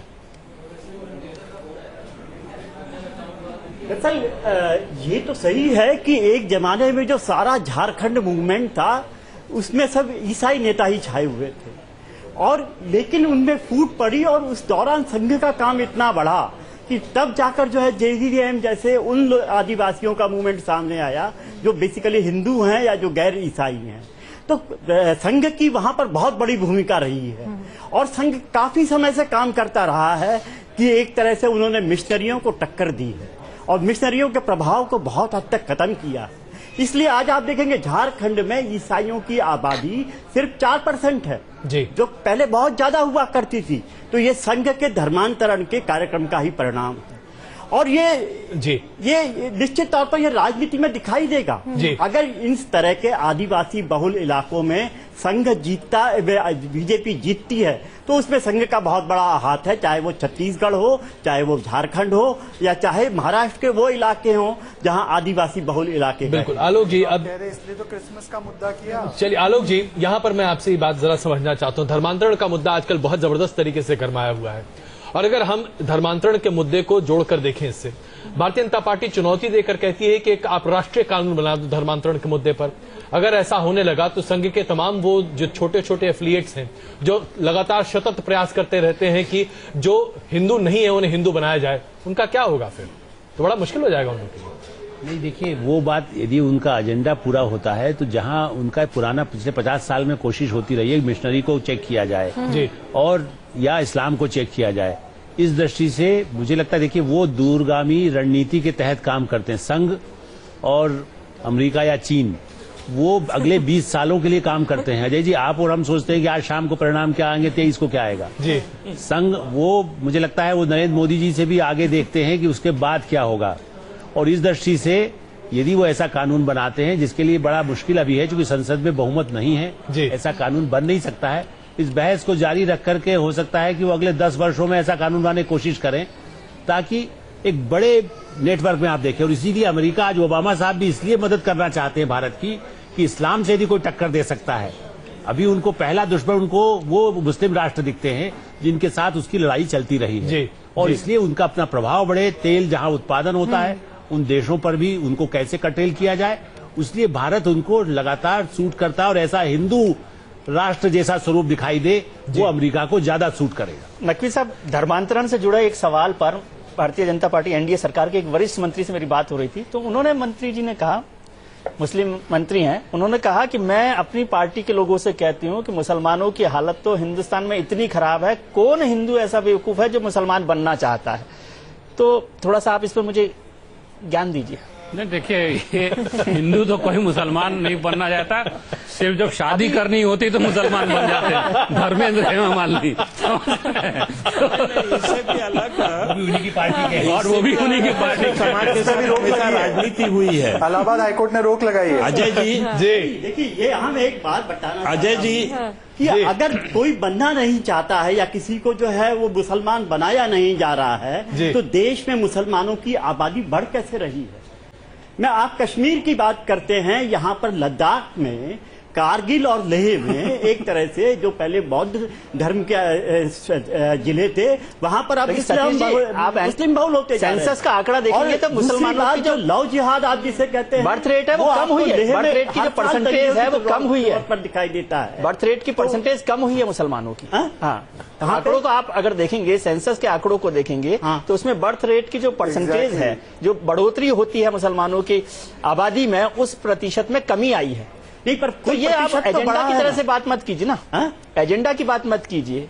किस तरह से आप देख रहे हैं कि मुसलमानों की आबादी बढ़ रही है और क्या आपको लग रहा है कि ये धर्मांतरण हो रहा है? नहीं, धर्मांतरण आप देखिए, लव जिहाद का इतना शोषा छेड़ा गया और इस समय बीजेपी की सरकार है, पर 7 महीने में एक भी केस साबित नहीं कर पाया कि भाई यहाँ लव जिहाद हुआ। तो खाली ये दिखाई देते हैं। मैंने स्टडी किया तो मुझे अखबारों में 30 केस उसी समय दिखाई। अच्छा, चलिए एक काम करते हैं फिरदौस साहब इस वक्त जी विजय जी विनोद जी बताएं। नहीं, आप लोग जो चर्चा करते, मैं एक महत्वपूर्ण प्रश्न उठाना चाहता हूं जी कि मुस्लिम समाज के साथ हमेशा तो राजनीति हुई है, वरना 600 बरस तक मुगलों का राज था और 200 बरस तक अंग्रेजों का। 600 बरस तक के मुगलों के राज में भी मुसलमान समाज की ये दयनीय दशा क्यों है? आखिर में इसका भी तो अध्ययन अब चलिए इतिहास के पन्ने पलटने लगे, आज यूज किया गया है। ना देखिए विजय जी, अगर आज इतिहास के पन्ने पलटने लगे तो फिर मोदी जी को भी मुगल बादशाह बनना पड़ेगा। चलिए इस चर्चा से तो हम बाहर ही निकलते हैं, लेकिन यहाँ पर नहीं, ऐसी बात नहीं है। फिरदौस साहब, मोदी जी कभी मुगल बादशाह नहीं बन सकते। विजय जी, विदेशी मुल्कों का इतिहास इस देश में बहुत सज्जाद साहब। विजय जी, यहाँ पे मैं एक बात कहना चाहूंगा। जी बिल्कुल। हाँ, यहाँ पे मैं एक बात कहना चाहूंगा, जिस तरह की ये बातें चल के आ रही हैं, जिस तरह का ये चर्चा हो रही है कन्वर्शन पे, क्रिसमस की छुट्टी को कैंसिल करने के विषय पे, मैं समझता हूँ जो लोग इस तरह की बातें करते हैं वो इस मुल्क की अखंडता, इस मुल्क की इंटेग्रिटी के मफाद में बात नहीं कर रहे, क्योंकि ये एक ऐसी बात है जिससे दूसरे मजहब से ताल्लुक रखने वाले लोगों के तो ऐसी पार्टी से तो आप दूरी बना के रखेंगे ना। फिर हिंदुस्तान एक सेकुलर मुल्क है और इस सेकुलर मुल्क में इस सेकुलर मुल्क की जरूरत ये है कि ये सारे के सारे समाज, सारे के सारे वर्ग जो है ये गुलदस्ते करती है। जिस दिन सज्जाद साहब, मैं आपसे जरा एक सीधा सवाल पूछ लूं। अभी सतीश पेडनेकर साहब ने यहाँ पर एक सवाल उठाया, उनका कहना है कि जम्मू कश्मीर में बहुत बड़े पैमाने पर, खास करके लद्दाख के क्षेत्र में कन्वर्जन हो रहा है। आपकी सरकार वहाँ पर पिछले 6 साल रही है। आपको मुसलमानों सज्जाद साहब चलना होगा अगर आप मुल्क की तरक्की चाहते हो, अगर आप इस मुल्क। सज्जाद साहब जरा हमारी बात तो सुनिए। अभी हमारे एक एक्सपर्ट ने यहाँ पर एक मुद्दा उठाया, उन्होंने कहा जनता पार्टी सभी के साथ करती है, सभी के साथ। विजय जी क्षमा चाहता हूँ आपसे, विजय जी के विकास की बात करती है। विजय जी क्षमा चाहता हूँ आपसे। सज्जाद साहब एक सवाल आपके लिए। अभी सतीश जी जो वरिष्ठ पत्रकार है, उन्होंने एक सवाल उठाया, कहा कि लद्दाख के क्षेत्र में बड़े पैमाने पर कन्वर्जन हो रहा है और वहां पर बहुत बड़े पैमाने पर यह व्याप्त है। आपकी सरकार 6 साल वहां रही है, ऐसी कोई जानकारी आपके पास है? जी नहीं, इस तरह का कोई सामने नहीं आया कि किसी तरीके का कन्वर्शन, फोर्स कन्वर्शन हो रहा है। मुस्लिम बहुल ऐसी कोई बात है नहीं। तो ऐसे ही जनसंख्या बढ़ती चली जा रही है मुस्लिम संप्रदाय की। नहीं, ऐसी कोई बात सामने नहीं आई। अरे आप देख लीजिए, कहीं भी उठाकर ले और लद्दाख डालिए, आपको पता चल जाएगा। जनसंख्या को आप रोक नहीं सकते और वहाँ पर हमेशा दंगे हो रहे हैं। अजय जी मुझे ये बताइए, क्योंकि लव जिहाद हो रहा है। अजय जी स्पष्ट पता चलता है। अच्छा चलिए, जाहिर सी बात, जहाँ मुसलमानों की जनसंख्या बढ़ी है, अजय जी ये सतीश जी को ये पूछिए, रिलीजन से ताल्लुक रखने वाले लोगों की जनसंख्या बढ़ी है। जी जी। अच्छा चलिए, इस पर हम किसी दिन जनसंख्या आयोग बैठाएंगे। चलिए इस बीच आपको एक खबर दे दूं कि इलेक्शन कमीशन की तरफ से कहा गया है 25 साल में हाईएस्ट वोटर टर्नआउट हुआ है। जो टोटल उन्होंने टर्नआउट निकाला है इस बार के इलेक्शन का, 25 साल का रिकॉर्ड टूटा है और हाईएस्ट टर्नआउट हुआ है। तो कम से कम एक अच्छी खबर तो इस बीच आ रही है। बिल्कुल। आइए इसके साथ साथ एक महत्वपूर्ण सवाल वापस हम जम्मू कश्मीर पर एक बार फिर रुख करते हैं। फिरदौस साहब, इससे पहले कि आप हमसे विदा लें, चलिए कम से कम इतना तो बता ही दीजिए, खुदा ना खास्ता अगर हमारा एग्जिट पोल सही निकल गया तो आप क्या करेंगे साहब?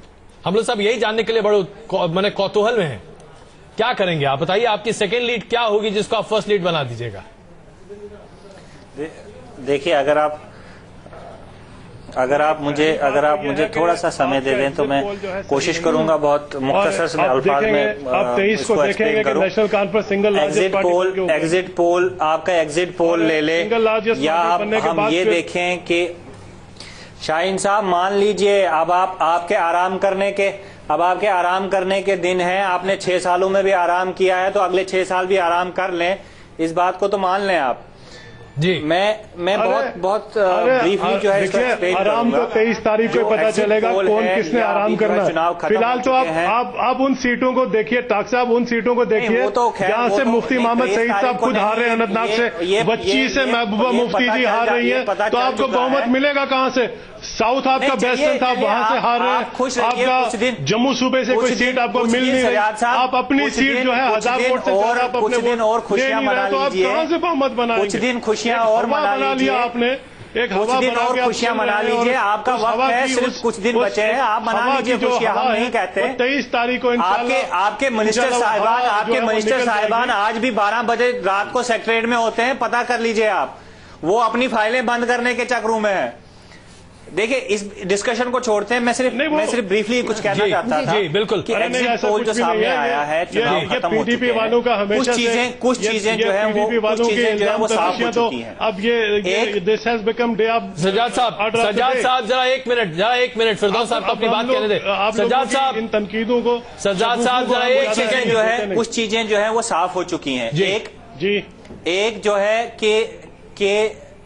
जो है कि नेशनल कॉन्फ्रेंस ने जो पिछले 6 सालों में जम्मू कश्मीर में बोया है जी, वो उसका जो है फल ये जो है वो इस इलेक्शन में जो है वो काट चुके हैं जी। कांग्रेस जो है वो उस गुनाह की, उस जुर्म की बराबर हमने बेहतरीन बोया है टाक साहब, लोगों ने हमने जो किया तीसरी चीज जो है वो बीजेपी का जो मिशन 44 था वो भी जो है वो फेल हो चुका है। 47 की हालात में ये भी इस एग्जिट पोल से सामने आया है कि ये भी इस एग्जिट पोल से सामने आया है कि चलिए आप अपने पत्ते नहीं खोल रहे, आप बाकियों की जो बातें गिना रहे हैं लेकिन अपने पत्ते नहीं खोल रहे। पीडीपी ही जम्मू कश्मीर में जो है वो हुकूमत बना सकती है। बिल्कुल, लेकिन किसके साथ? पत्ते खोलने वाली बात नहीं है। मैं आप सबों से क्षमा चाहता हूँ, चर्चा को हमें यहाँ कुछ देर के लिए रोकना पड़ेगा। मैं आप सबों से क्षमा चाहता हूँ, चर्चा को मैं यहाँ पर कुछ देर के लिए रोकना पड़ेगा। आप सब हमारे साथ बने रहिए। तो आज की बड़ी खबर ये आती दिखाई दे रही कि झारखंड में ऐसा लगता है कि न्यूज नेशन के एग्जिट पोल के आधार पर भारतीय जनता पार्टी अपने दम पर सरकार बना सकती है, लेकिन जम्मू कश्मीर में त्रिशंकु विधानसभा के आसार बनते दिखाई दे रहे, जिसमें सबसे बड़ी पार्टी भले पीडीपी बनती दिख रही है लेकिन अपने दम पर सरकार बना पाए ऐसे नंबर्स कम से कम नहीं आते दिखाई दे रहे। दूसरे नंबर पर भारतीय जनता पार्टी आती दिखाई दे रही है। बने रहिए हमारे साथ, कुछ और चर्चा विश्लेषण के साथ तुरंत वापस आते हैं।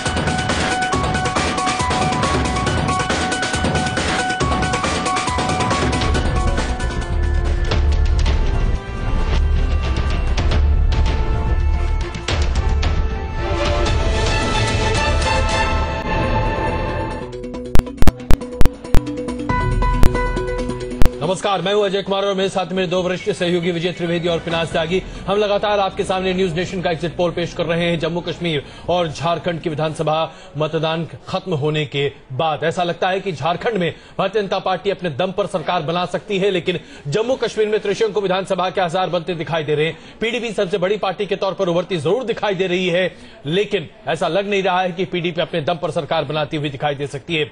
अभी हम आपके सामने वोट प्रतिशत पेश कर रहे हैं जम्मू कश्मीर का, और ऐसा लग रहा है कि भारतीय जनता पार्टी सबसे बड़ी पार्टी के तौर पर उभर सकती है।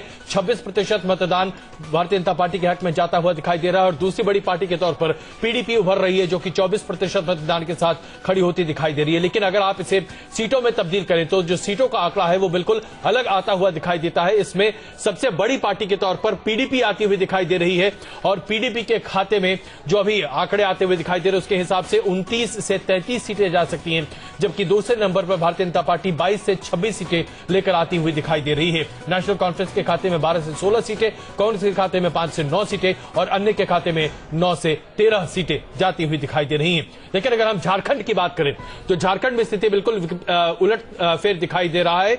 वहां पर जो मतदान प्रतिशत है वो भारतीय जनता पार्टी के हक में काफी बड़े पैमाने पर जाता हुआ दिखाई दे रहा है। भारतीय जनता पार्टी गठजोड़ वहां पर 42% मतदान प्रतिशत के साथ सबसे बड़ी पार्टी के साथ उभरती हुई दिखाई दे रही है, जबकि जेएमएम जिसकी मौजूदा सरकार भी राज्य में है 19% वोटिंग परसेंटेज लेकर सामने आती हुई दिखाई दे रही है। यानी कि आंकड़ा बहुत ही ज्यादा अलग तरीके से आता हुआ दिखाई दे रहा है। अगर इसे आप सीटों में तब्दील करते हैं तो सीटों का भी आंकड़ा बिल्कुल भारतीय जनता पार्टी के हक में जाता हुआ दिखाई देता है। भारतीय जनता पार्टी 41 से 45 सीटें ले सकती है, जबकि कांग्रेस गठजोड़ के खाते में 6 से 10 सीटें जा सकती हैं।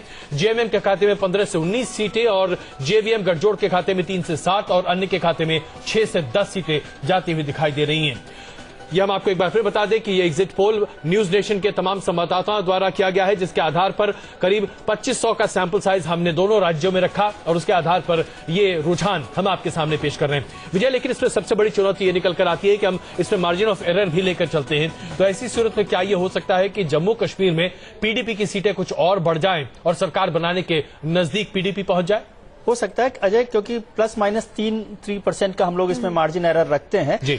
और उस मार्जिन एरर से केवल इतना फर्क हो सकता है, जो रुझान हम देख रहे हैं उसमें सीटों का कुछ बड़ी हो जाए, जैसे कि आप पीडीपी का जिक्र करें, पीडीपी को मिल जाए, लेकिन ये नहीं हो सकता कि पीडीपी की बजाय नेशनल कॉन्फ्रेंस आज जो है सबसे बड़ी पार्टी के तौर पर निकल कर आ जाए, या झारखंड में जेएमएम जो है वो सबसे बड़ी पार्टी के तौर पर आ जाए। सीटों में थोड़ा सा हेरफेर हो सकता है, बदलाव हो सकता है, लेकिन ओवरऑल जो पिक्चर है वो नहीं बदलेगी। और आपका कहना ठीक है, यदि पीडीपी को 3% सीटें और बढ़ जाती है तो वो सरकार बना सकती है, लेकिन ये तय है कि पीडीपी जो है सबसे बड़ी पार्टी बनकर आई है। और ये खबर शायद शहनवाज जी हमारे साथ उस वक्त जुड़ गए हैं बीजेपी से, और उनको शायद अच्छी नहीं लगेगी। शहनवाज जी, जो हमारा एग्जिट पोल है वो जम्मू कश्मीर में आपको मिशन 44 से काफी दूर रखे हुए हैं, 22 से 26 सीटें मिल रही हैं, क्या कहेंगे? अभी भी मिशन 44 की उम्मीद कायम है? देखिए, उम्मीद तो दुनिया कायम है, नास्तिक आदमी ही नाउम्मीद होता है।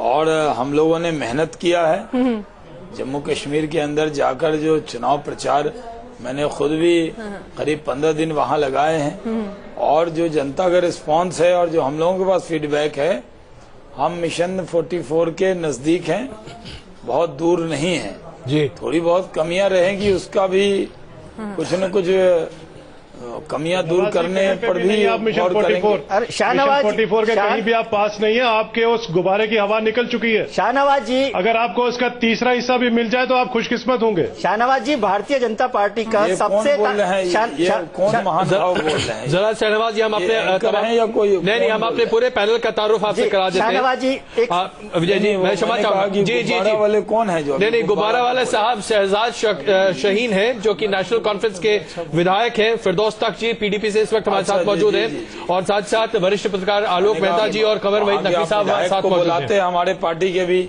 जी। नहीं, शाहनवाज जी, उनका तारुफ होता आपस में। शाहनवाज जी, तो देखा बहुत। शाहनवाज जी, मैं जाना नहीं है पहले, शाहनवाज जी, मैंने समझा अजय कुमार जी ऐसा कैसे बोल सकते हैं? नहीं, अजय कुमार तो गुब्बारा बोलते नहीं है। नहीं, मुझे लगा अजय कुमार जी कैसे बोल सकते हैं। नहीं, मैं अभी इतनी हिमाकत नहीं कर सकता। मैंने समझा कि अजय कुमार जी बोले। शाहनवाज जी, विजय त्रिवेदी बोल रहा हूँ। शालीनता से बहस करते हैं। नहीं, मेरा सवाल यह है कि भारतीय जनता पार्टी में सबसे ताकतवर माने जाने वाले मुस्लिम नेता शाहनवाज हुसैन जो है मोदी सरकार में नहीं है, और मुसलमानों की चिंता पार्टी करती है, तो कैसे होगी? मुसलमानों को भरोसा कैसे होगा?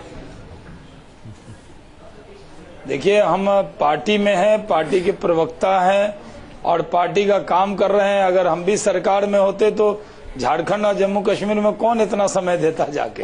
हम पार्टी का काम कर रहे हैं। हमारे लिए सरकार में रहना जी। मैं जब एमपी नहीं हूँ, मेरे यहाँ शाहनवाज जी घर वापसी करा रहे हैं, हमारे के लोगों ने हमको जिताया नहीं, तो हम सरकार में कैसे हो? अच्छा शाहनवाज जी, मैं एक बहुत सीधा सा सवाल आपसे पूछूंगा साहब। ऐसा लग नहीं रहा है कि हमारे एग्जिट पोल के हिसाब से कि आपकी सरकार जम्मू कश्मीर में बन सकती है, ऐसा लगता नहीं है, प्रतीत नहीं होता है। ऐसी सूरत में आपके लिए हमें लगता है इंशाल्लाह बनेगी। बिल्कुल। अच्छा। लेकिन मान लीजिए कि अगर हमारा ये एग्जिट पोल सही निकल जाता है, ऐसी सूरत में आपके लिए सबसे ज्यादा बेहतर सहयोगी कौन हो सकता है? नेशनल कॉन्फ्रेंस, पीडीपी, या आपको ऐसा लगता है कि नहीं, हम किसी की सरकार बनाने का कोई काम नहीं करेंगे, दिल्ली वाला जो रवैया आप लोगों का था उस रवैये पे आप कायम रहेंगे और आप कहेंगे कि जो सरकार बना सकता है बना ले? इन तीन विकल्प में से कौन विकल्प आपके लिए सबसे बेहतरीन है? आपने तीन विकल्प दिए हैं, लेकिन चौथी बात मैं कहना चाहता हूँ। नहीं, चौथी तो हम मान चुके हैं। चौथी हम मान चुके हैं। हम मानते हैं कि आप मिशन 44 कि आप मिशन 50 हल ले लेंगे, लेकिन मान लीजिए उस विकल्प से परे हम लोग वहाँ सरकार बनाने की स्थिति में हैं जी। हो सकता है जो कमी रहेगी उसका, जो ऐसे दल हैं जो जिनसे हमारा कभी कोई संबंध नहीं रहा है जी, उनसे तो कोई समझौता नहीं होगा, लेकिन जो कमी रहेगी वो भी पूरी होगी, ये भी यकीन है। नहीं तो उसमें तो नेशनल कॉन्फ्रेंस और पीडीपी दोनों से आपका संबंध रहा है, अब कौन ज्यादा करीबी है? इस तरफ सोचा ही नहीं है।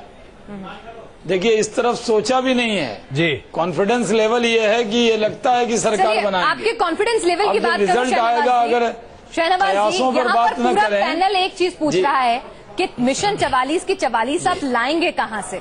जम्मू की 37 में से 13 सीटें ऐसी हैं जिन पर जिन पर मुसलमान वोटर जो है वो deciding factor major role play करता है। घाटी में आपका कुछ बहुत बड़ा स्ट्रांग होल्ड है नहीं, सिर्फ 6 सीटों पर जो कश्मीरी पंडित हैं वो डिसाइडिंग फैक्टर प्ले करते हैं, जबकि उन्होंने मतदान किया नहीं किया, कितना किया, फीसद जो रहा वो आपसे भी छिपा नहीं है। तो ऐसे में ये बताइए, ये 44 आएंगी कहां से, या 44 में से 40 भी आएंगी तो आएंगी कहां से? देखिए, जो आपने कहा ना, हम लोग तो हिंदू मुसलमान के चश्मे से नहीं देखते। अच्छा। आपको पता है भारतीय जनता पार्टी हिंदू मुसलमान के चश्मे से न कभी सोचती है न सोचेगी। जी हम लोग वहां पर जब गए, जो जम्मू रीजन की सीटें बताई जहां माइनॉरिटीज का डोमिनेशन है, उन कई सीटों पर हम लोग गए थे। जी। और मैं आपको कह रहा हूं क्योंकि मैं बीजेपी का स्पोक्स पर्सन हूं, आप मुझे आपने टाइम ले रखा है, रिजल्ट के दिन भी मुझे बुलाना है। जी बिल्कुल। तो मैं इसलिए जिम्मेदारी से ही कहूंगा आपको जी। और मैं ये कह सकता हूं कि जम्मू रीजन में भी हमने कई मुस्लिम कैंडिडेट जो लड़ाए हैं, जिनका आप मुस्लिम इलाका कह रहे हैं जी, वहां पर हम लोग जीत रहे हैं। और अभी भी हमें फीडबैक है, मैं खुद भी कैंपेन में उधर गया हूं, जैसा उत्साह देखा है, इसलिए ये सही है। मैं आपके बहुत एग्जिट पोल को खारिज नहीं करता, लेकिन हम ये कहते हैं कि इससे कुछ ज्यादा सीटें हम लोगों को एरिया में आप जीत रहे हूँ। अच्छा चल जी आलोक जी प्लीज। क्योंकि शाहनवाज भाई घूम करके भी आए हैं जी, इसलिए मैं जानना चाहूंगा, उन्होंने चौथा विकल्प कहा, मैं ये कह रहा हूँ कहीं भी जीत नहीं रहे, सज्जाद लोग कहीं भी जीत नहीं रहे। आपके 44 का जो सज्जाद साहब जरा एक मिनट प्लीज, सज्जाद साहब का जो सज्जाद साहब जरा एक सेकंड में गुजारिश कर रहा हूँ आपसे। श्रीनगर में आलोक जी वरिष्ठ पत्रकार सवाल पूछना चाहते हैं शहनवाज साहब जी। से मैं कह रहा हूँ कि क्या जो लोग अलगाववादी माने जाते थे, जो बहुत ज्यादा विद्रोही तेवर थे, वो लोग चाहे चुनाव के बहाने से साथ में आए हों, तो क्या इसकी तैयारी बीजेपी कर रही है कि उन लोगों को भी साथ लेकर सरकार बना सके? लेकिन क्या उसका खतरा ये नहीं होगा कि उसके बाद में वो लोग फिर आपके लिए शर्तें, जैसे दूसरे राज्यों में होता रहा है, कई बार ऐसी शर्तें रखें, या आप कहें कि ठीक है आप सज्जाद लोन साहब आप बन जाइए मुख्यमंत्री और हम साथ दे देंगे? क्या ऐसी स्थिति आ सकती है शाहनवाज साहब? देखिए, जो लोग भी लोकतंत्र में यकीन रखते हैं, चुनाव में यकीन रखते हैं, उनको अलगाववादी हम नहीं मानते।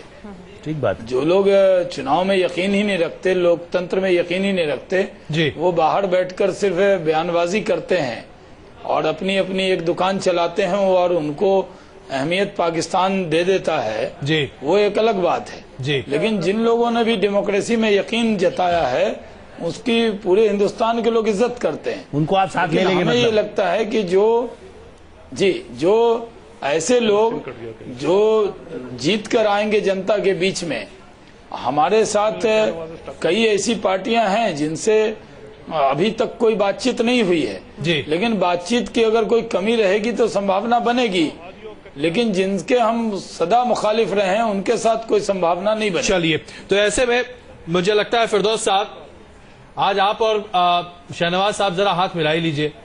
अगर मान लीजिए कि ऐसी सूरत आ जाती है, जो कि स्थिति बनती दिख रही है हमारे एग्जिट पोल के हिसाब से, मैं ये नहीं कहता कि ऐसा ही होगा 23 तारीख को, लेकिन अगर ऐसा कुछ हुआ तो फिरदौस साहब आप दोनों जनता के हित में साथ आ जाएंगे ना? दिक्कत तो नहीं होगी?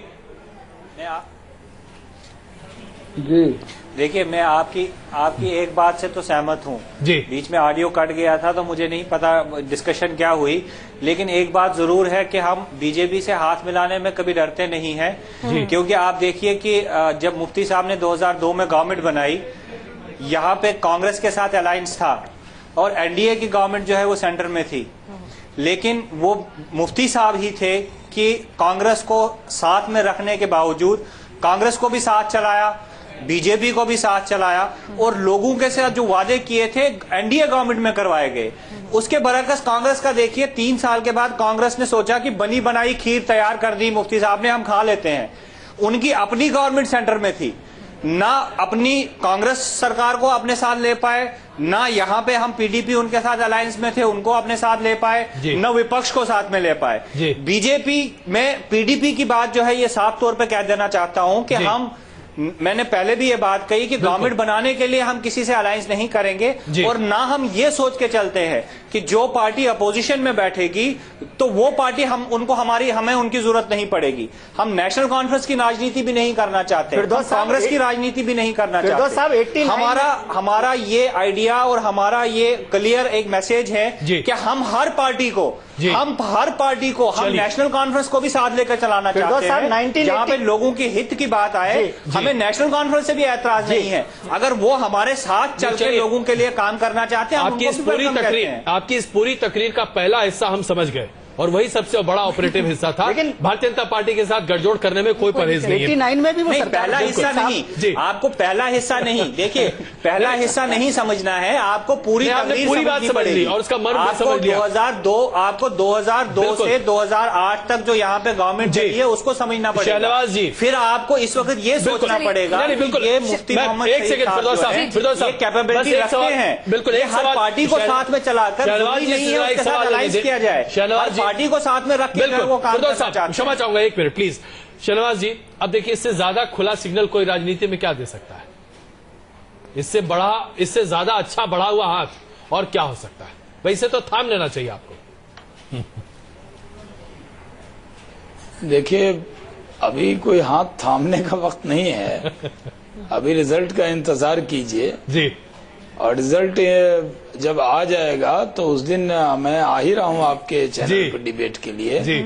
ये सब सवाल तब क्यों होंगे? शाहनवाज जी, आपकी पोल में जो आपने दिखाया है इससे कुछ ज्यादा सीटें हमको मिलेगी। शाहनवाज जी, आपकी पार्टी तो बड़े दिल वाली है, केंद्र में आपने अपने बहुमत के बाद भी और लोगों को साथ ले लिया, तो जम्मू कश्मीर में तो ले सकते हैं आप पीडीपी को साथ। जो टिप्पणी थी उसको आप अलायंस के साथ ना जोड़े तो ज्यादा बेहतर होगा, इसकी बात कर ही नहीं रहा। नहीं, बिल्कुल मैं समझ रहा हूँ। मुफ्ती साहब के साथ बीजेपी की पुरानी दोस्ती रही है, हर जमात को साथ लेकर, बिल्कुल हर किसी को साथ लेकर चलना चाहिए। फिरदौस साहब जी, ये बिल्कुल सही बात है। शाहनवाज जी, मुफ्ती साहब के साथ तो बीजेपी की पुरानी दोस्ती रही है 1989 से। सरकार दोनों को साथ लेकर साथ चल के काम करना पड़ेगा। हमारी दोस्ती तो हर उस इंसान से होगी जो इस मुल्क के संविधान में यकीन करेगा, हमारी दोस्ती हर उस इंसान से है जो इस मुल्क से मोहब्बत करेगा। चलिए, बिल्कुल सही नकवी साहब, लेकिन आज जो स्थिति बनती दिख रही है, हम जम्मू कश्मीर पे ज्यादा इसलिए ध्यान दे रहे हैं, झारखंड के बारे में तो ऐसा लग रहा है कि वहां स्पष्ट सरकार है, इसलिए शायद बहुत ज्यादा चर्चा का विषय वहां नहीं बन रहा। लेकिन जम्मू कश्मीर को अगर देखें तो क्या आपको लगता है कि एक नेचुरल अलायंस बन सकता है पीडीपी और बीजेपी में? क्योंकि अगर ऐसा हो तो जैसा कि भी आलोक जी ने भी कहा और पहले भी एक आध वक्ताओं ने कहा कि शायद एक मुकम्मल सरकार बन सके जो दोनों क्षेत्रों का प्रतिनिधित्व करती दिखाई दे। क्या आपको ऐसा लगता है? नहीं, बन तो सकता ही है कि भाई जम्मू का प्रतिनिधित्व बीजेपी कर रही है और घाटी का प्रतिनिधित्व जो है वो पीडीपी कर रही है, ये बन तो सकती है। लेकिन जो मूल बात यह है कि इस इलेक्शन के दौरान पूरे जम्मू कश्मीर में जिस तरह का पोलराइजेशन हुआ और उसी के नतीजे में इतने ज्यादा तादाद में मतदान हुआ, जो बहुत भारी पोलिंग हुई, वो एक फैक्टर उसके अंदर था। अब ये इसको कैसे टैकल करेंगे ये दोनों पार्टियां, इनको देखना और तय करना है। फिर धारा 370 का क्या होगा? बिल्कुल धारा 370 देखिए बीजेपी का जहां तक मुझे लगता है कि वो ठंडे बस्ते में रख देगी। भाई एनडीए, हाँ कैसे करेंगे? हमारे सामने एनडीए सरकार का उदाहरण है। जब एनडीए सरकार वाजपेयी जी की थी, बहुत सारे मुद्दे बीजेपी ने ठंडे बस्ते में रख दिए थे, तो धारा 370 भी ठंडे बस्ते में रहेगी। बिल्कुल। शहजाद साहब, आप कुछ कहना चाह रहे थे, बताएं साहब।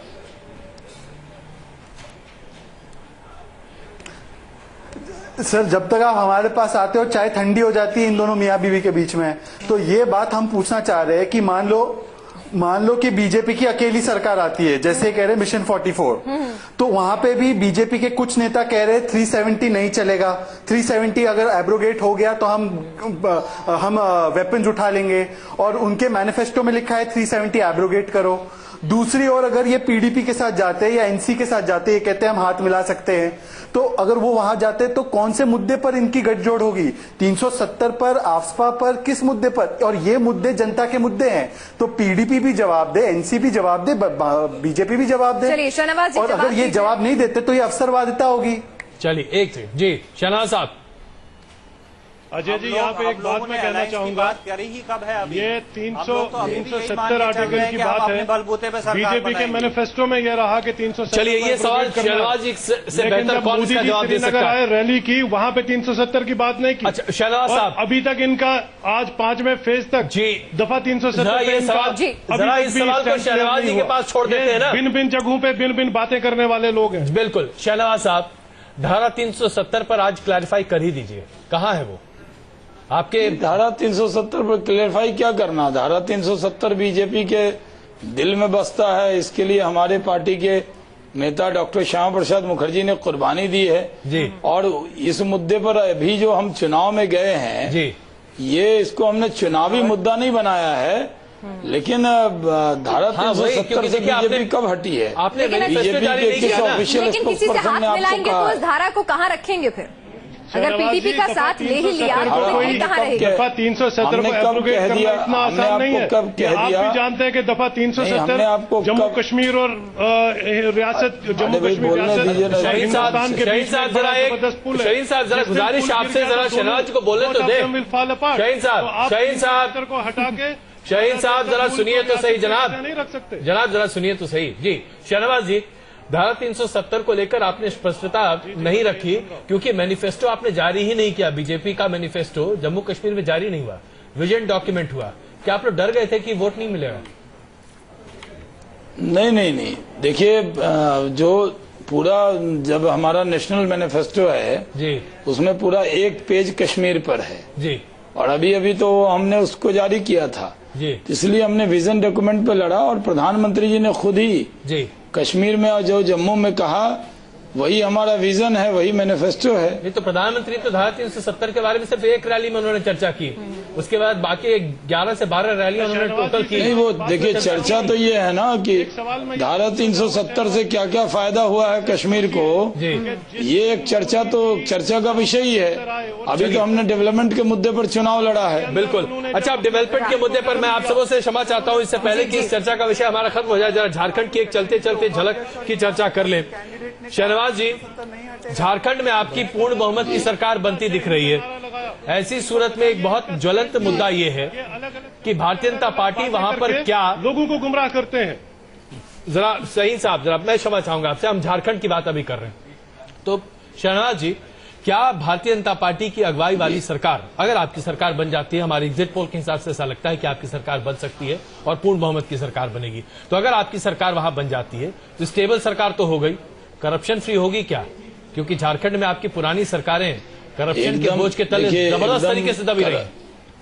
अब जीरो टॉलरेंस है करप्शन पे भारतीय जनता पार्टी की तरफ से जी, हम लोग इसको कहीं से स्वीकार करने वाले नहीं हैं। और झारखंड में एक बात जान लीजिए कि झारखंड बने हुए 14 साल जरूर हो गए, वाजपेयी जी ने बनाया था, हम लोग उस कैबिनेट के सदस्य थे। बिहार से अलग हुआ और बहुत उम्मीद थी कि झारखंड में बहुत तरक्की होगी, लेकिन पिछले 10 साल से तो यूपीए की सरकार सेंट्रल में थी। जितने स्कैम हुए हैं कोल के, तो कोल कहाँ था? झारखंड में ही था। और आप जान लीजिए कि जो सेंट्रल से जो मदद होनी चाहिए झारखंड गवर्नमेंट को, वो भी नहीं हुई। तो आज सेंट्रल में नरेंद्र मोदी बैठे हैं और आप जानते हैं कि उसी झारखंड में झारखंड की जनता ने 14 में से 12 सीट नरेंद्र मोदी जी को दी थी। और अभी भी जो एग्जिट पोल आप बता रहे हैं उसमें हमें वहां पर पूरी तरह से सरकार बनने की पूरी उम्मीद है और 2/3 बहुमत भी हमें मिलेगा जी, क्योंकि झारखंड के अंदर लोगों, नरेंद्र मोदी जी ने कहा कि पूर्ण बहुमत की हमें सरकार चाहिए और हमें पूर्ण बहुमत वहां मिलता हुआ दिख रहा है। जी बहुत शुक्रिया। सुभाष सिंह जी हमारे साथ हैं, जेएमएम के नेता हैं। सुभाष जी, जैसे शाहनवाज जी जिक्र कर रहे हैं और अजय ने सवाल पूछा कि भ्रष्टाचार मुक्त सरकार वहां पर भारतीय जनता पार्टी देगी या नहीं देगी, क्या आपको नहीं लगता कि भ्रष्टाचार ही एक बड़ी वजह रही कि जिससे जेएमएम जो है उसकी गति जो है, उसकी स्थिति जो है, उसका जो हाल है वो ये हो गया है? 93 से जेएमएम के हवाला कांड से शुरू करें और आज 2014 तक कोल इसमें आप शामिल नहीं कर सकते। कारण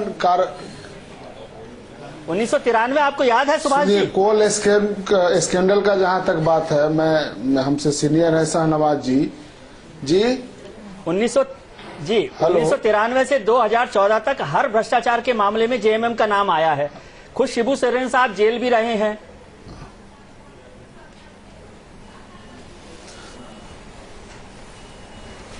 शिबू सोरेन साहब भ्रष्टाचार के मामले में जेल कभी नहीं गए हैं, ये चीज को याद रखिएगा जी।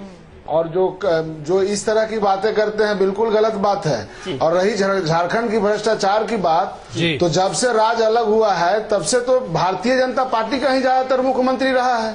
तो भ्रष्टाचार की बात वो करें कि कितना भ्रष्टाचार किए हैं, कैसे भ्रष्टाचार समाप्त करेंगे। लेकिन शायद उस मुद्दे को आप जनता तक नहीं पहुंचा पाए, तभी तो आज एग्जिट पोल के नतीजे आपके हक में नहीं जा रहे हैं। एग्जिट पोल है लेकिन जनता सारी चीज जान रही है। आप एग्जिट पोल पर ज्यादा उनको 22 तारीख तक आप खुश कर सकते हैं भारतीय जनता पार्टी को, लेकिन 23 तारीख को झारखंड मुक्ति मोर्चा की सबसे बड़ी पार्टी बनेगी, ये भी आप निश्चित रहिए इसके लिए। चलिए, मैं आप सबों का बहुत नहीं कोई बात नहीं, आप खुश रहिए। चलिए 23 तारीख में बहुत दिन नहीं। चलते चलते एक पंक्ति मैं कहना चाहता हूँ, क्योंकि जम्मू कश्मीर मान लो जैसा शाहनवाज हुसैन कह रहे हैं, दोनों जगह यदि सरकार आ जाए तो क्या उम्मीद की जाए कि पहली बार ऐसा कोई मुस्लिम मुख्यमंत्री पहले से ही घोषित कर देंगे बिहार में? क्योंकि ये कहीं न कहीं एजेंडा आज तक, चाहे वो धर्मांतरण का मुद्दा हो या दूसरा मुद्दा हो, भाजपा पे प्रश्न लगता है कि किसी को लोकसभा में एक टिकट नहीं, कोई एक आदमी जीत के नहीं आया, तो क्या बिहार में शाहनवाज हुसैन को मुख्यमंत्री का उम्मीदवार बना करके चुनाव की तैयारी करेंगे दोनों जीतने के बाद? तो भरोसा हो जाए देश को कि हाँ मुस्लिम को स्वीकार कर रहे हैं। सिर्फ अगर वो घर वापसी करे तब।